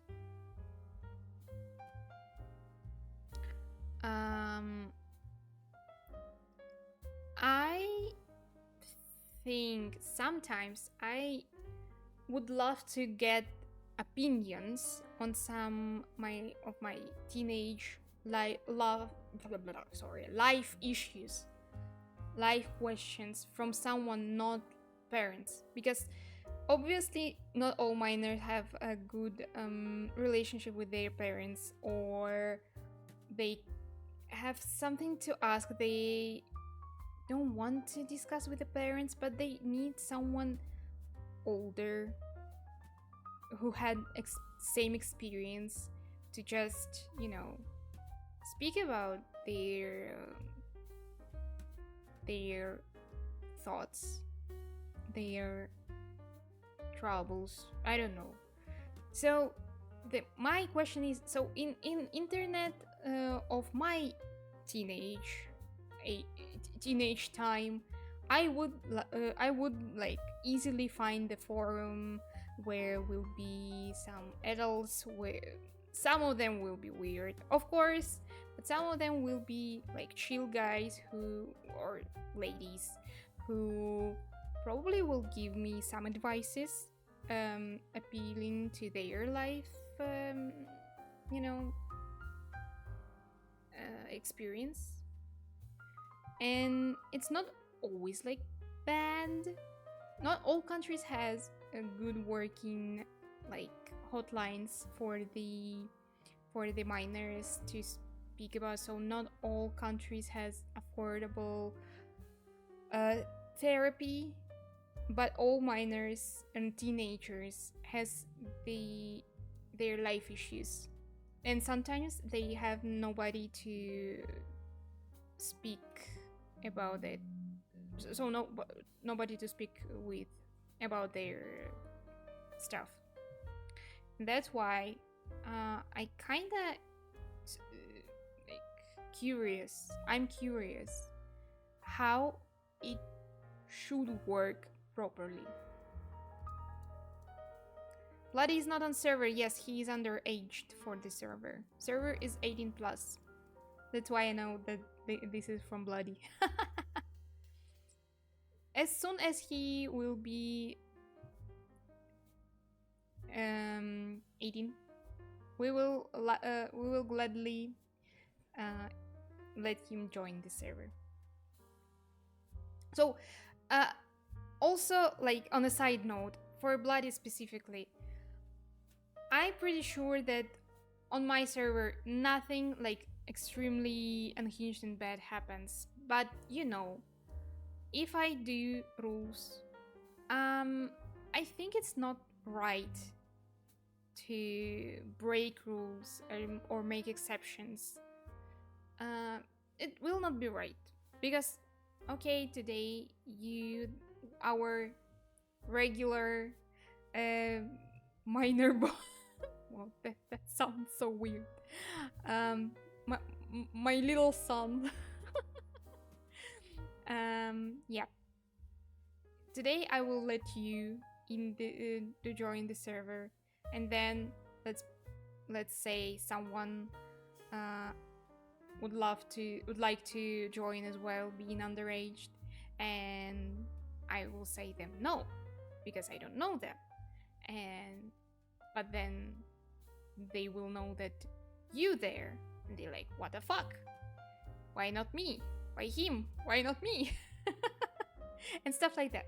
To avoid these things, I prefer to keep rules, you know, straight. It's better for everybody. And the other thing, for other communities, I can't watch my Discord server 24/7. I can be sure that everybody underage will be safe there. If not, weird topics will be discussed there and other stuff. And I think it's for most content creators valid, as well as responsibilities. If something happens on our servers, it affects us. And the minors is a specifically sensitive topic anytime, anywhere. If minors involved, it's like X10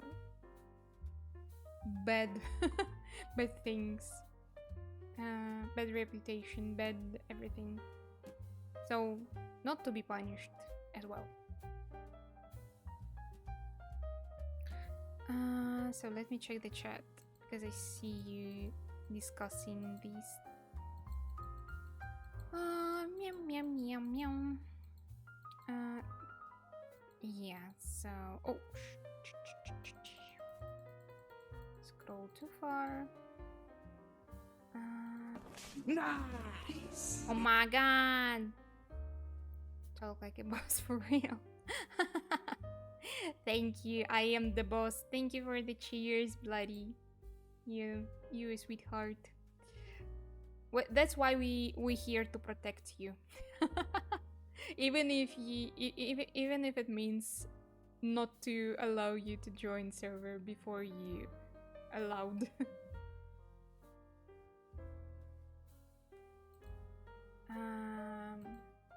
And the person, yeah. So 70, I want to know if he's safe to let into stuff. Yeah. I think Bloody's birthday will be huge, yeah. I mean, I understand and I agree to the rules, but like sometimes it just hurts.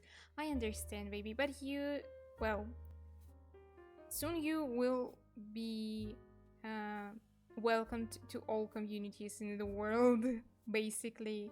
So don't worry. You will never be 17 again. Remember that. You will never be 17 again. You will be 80, 90, 20, etc. It will allow you to other spaces. You even maybe kind of don't want to be there, but you know, you'll be allowed almost anything. But you will never be 17 again. So just give it some time. Okay, 12th October. Let's make a note, everybody. And it's quite soon, though. You're right. Bloody 17 and working. Bloody 17 working and on his family. Don't forget about that. Yeah, and working at 17, it's okay. For different countries, it's like different stuff. I think my first job I got like I was 16. Not like full time every day, but for the summer. I think I took my first job at 16. Holy moly, why it's scrolling like that? Wait, let me check it from the... yeah.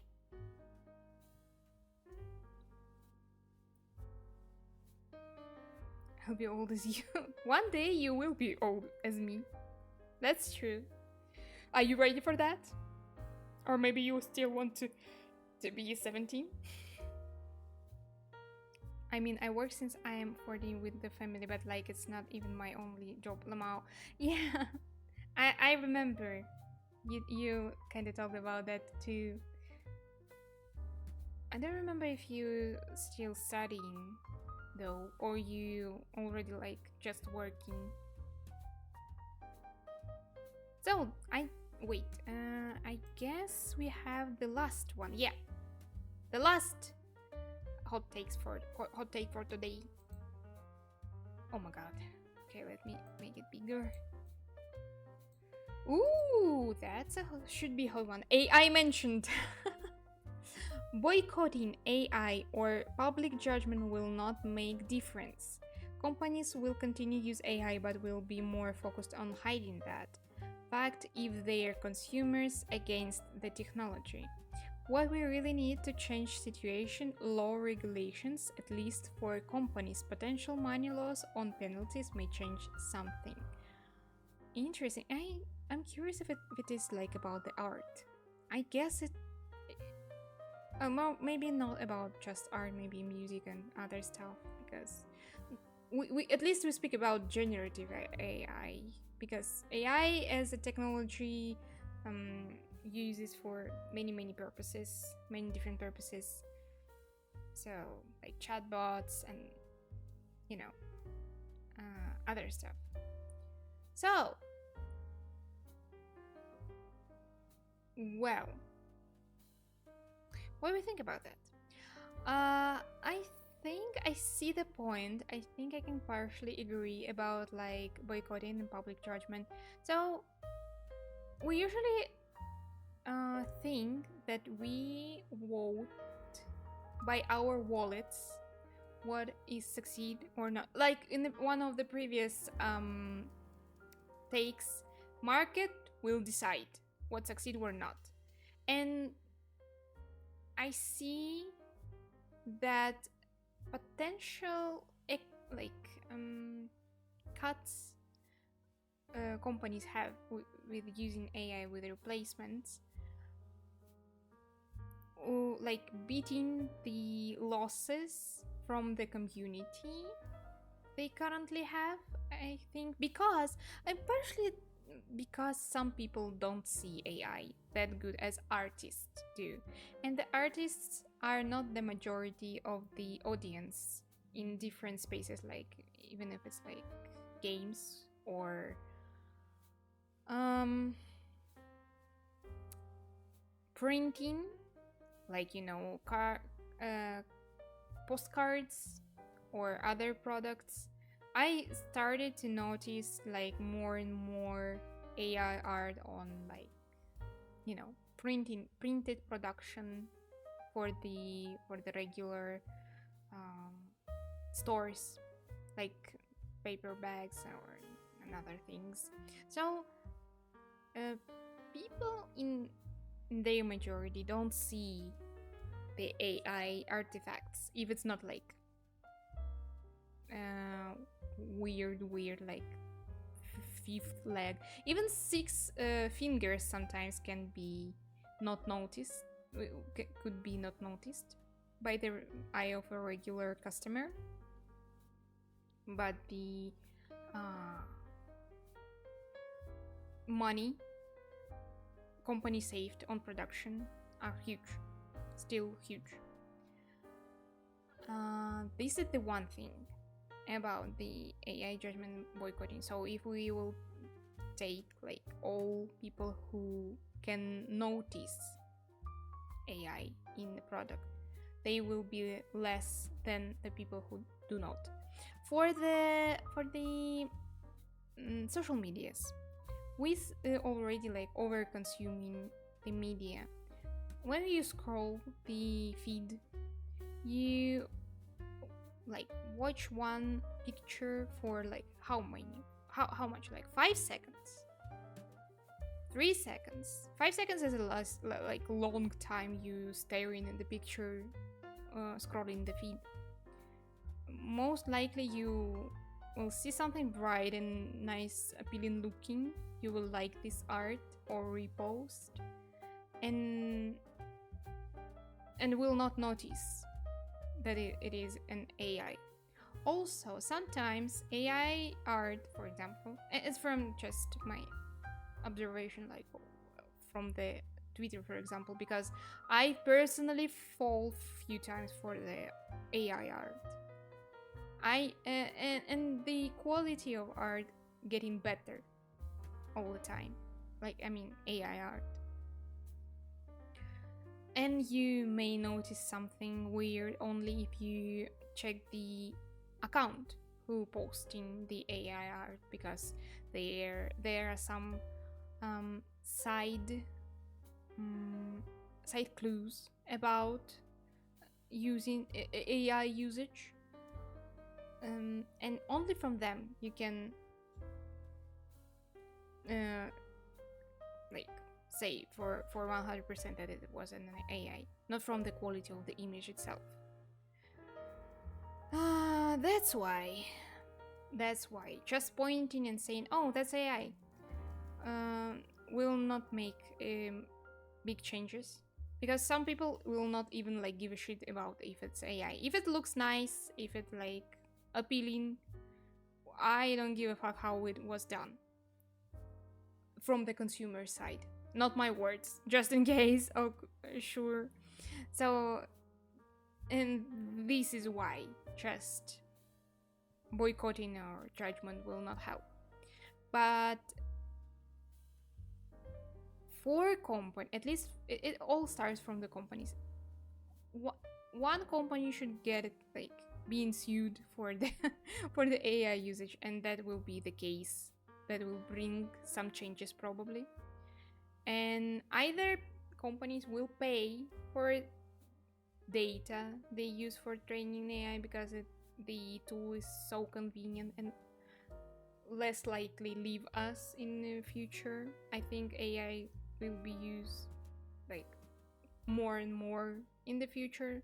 The main question if they will do pay for the data, or if they will I don't know if they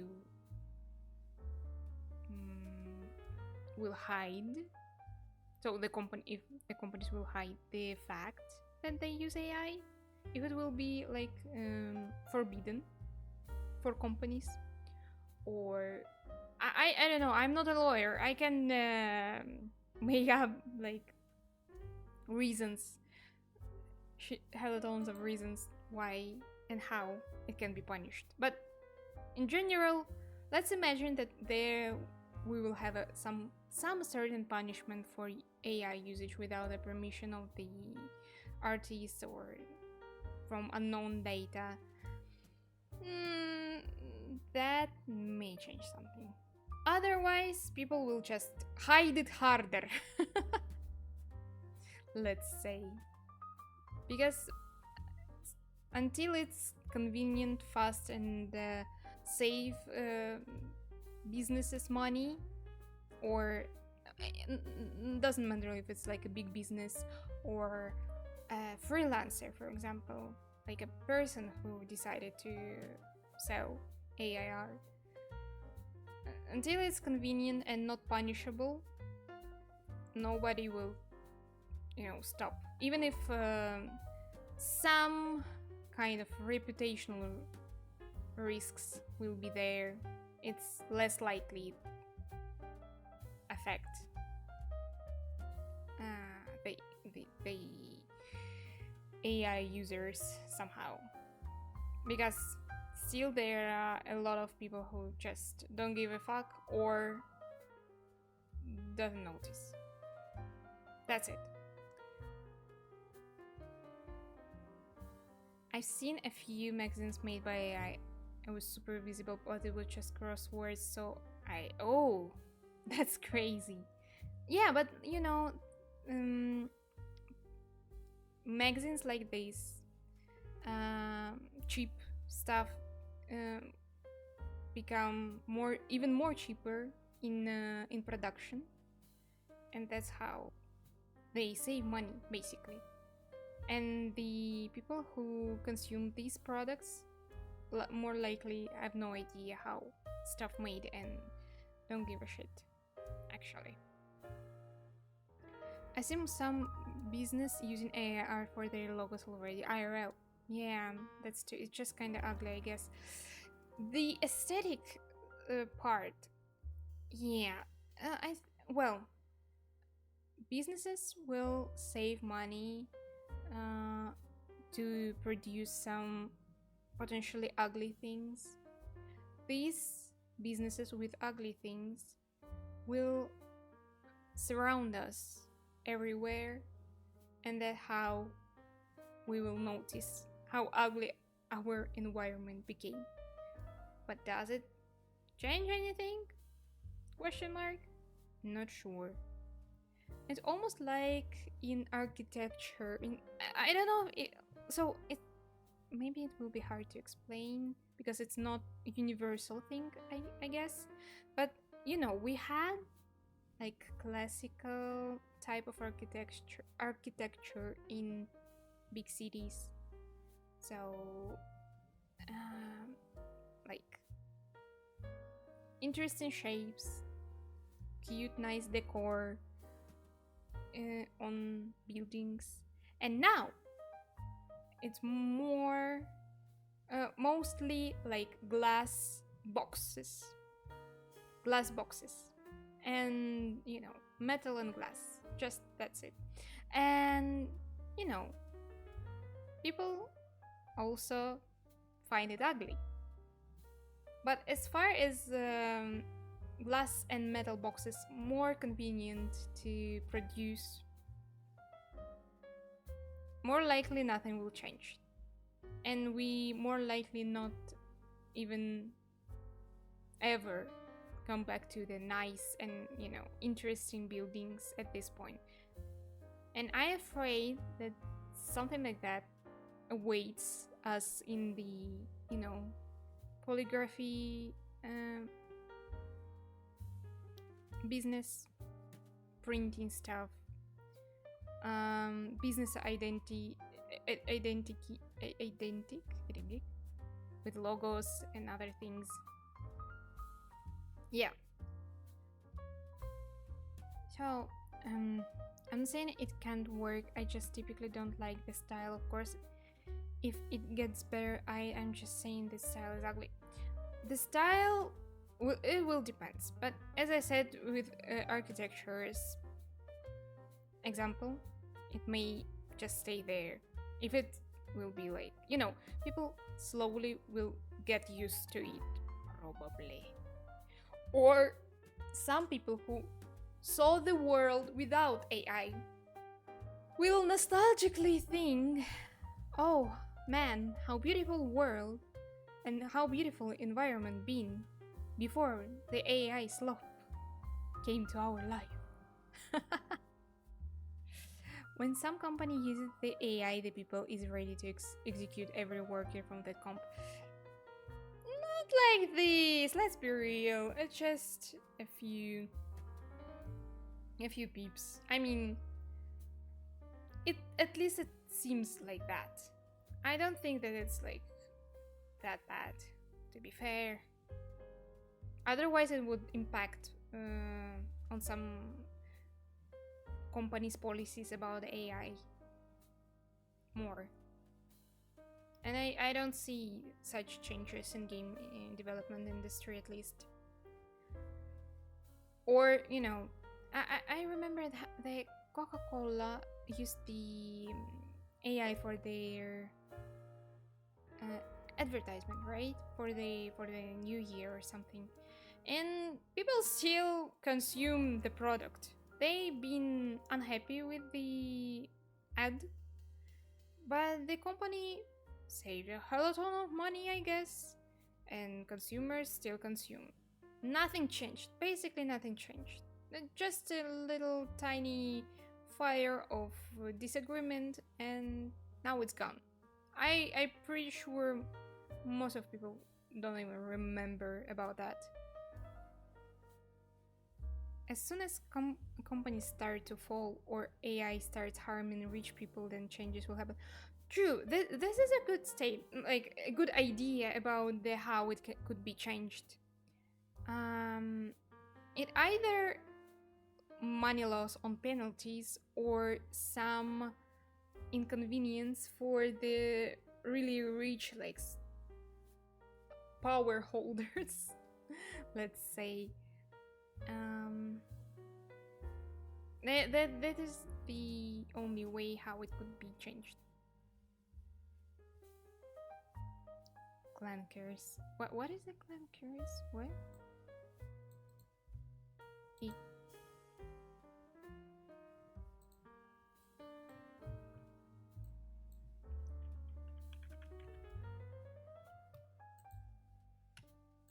A.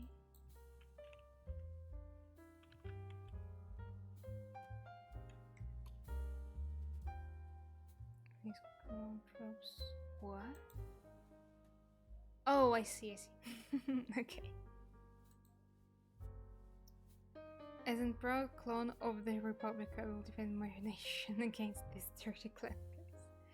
How we came to the clankers? Excuse me. I'm not deep into the Star Wars. I'm sorry. How did we got here?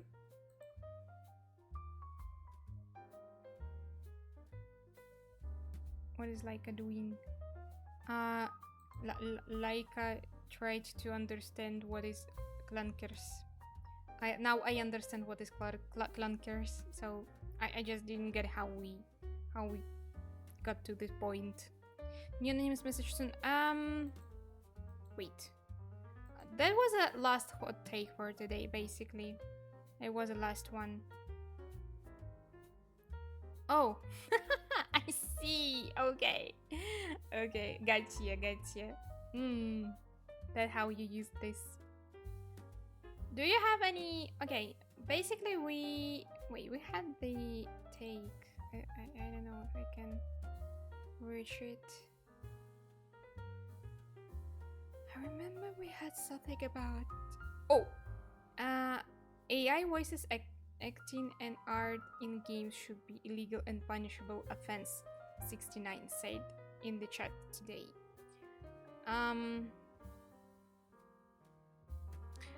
It's also about AI, by the way. So,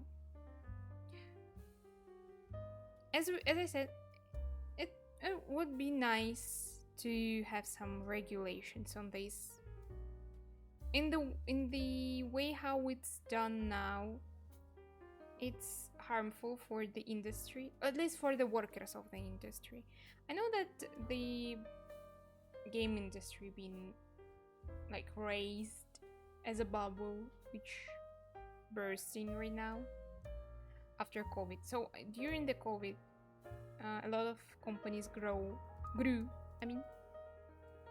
and hired hell tons of people, and now with AI rise and the after COVID crises in a lot of countries, basically the industry just slowly, this bubble is slowly bursting, and that's how it harms the workers of the game industry. And AI helps a lot just to, lay off hundreds of people.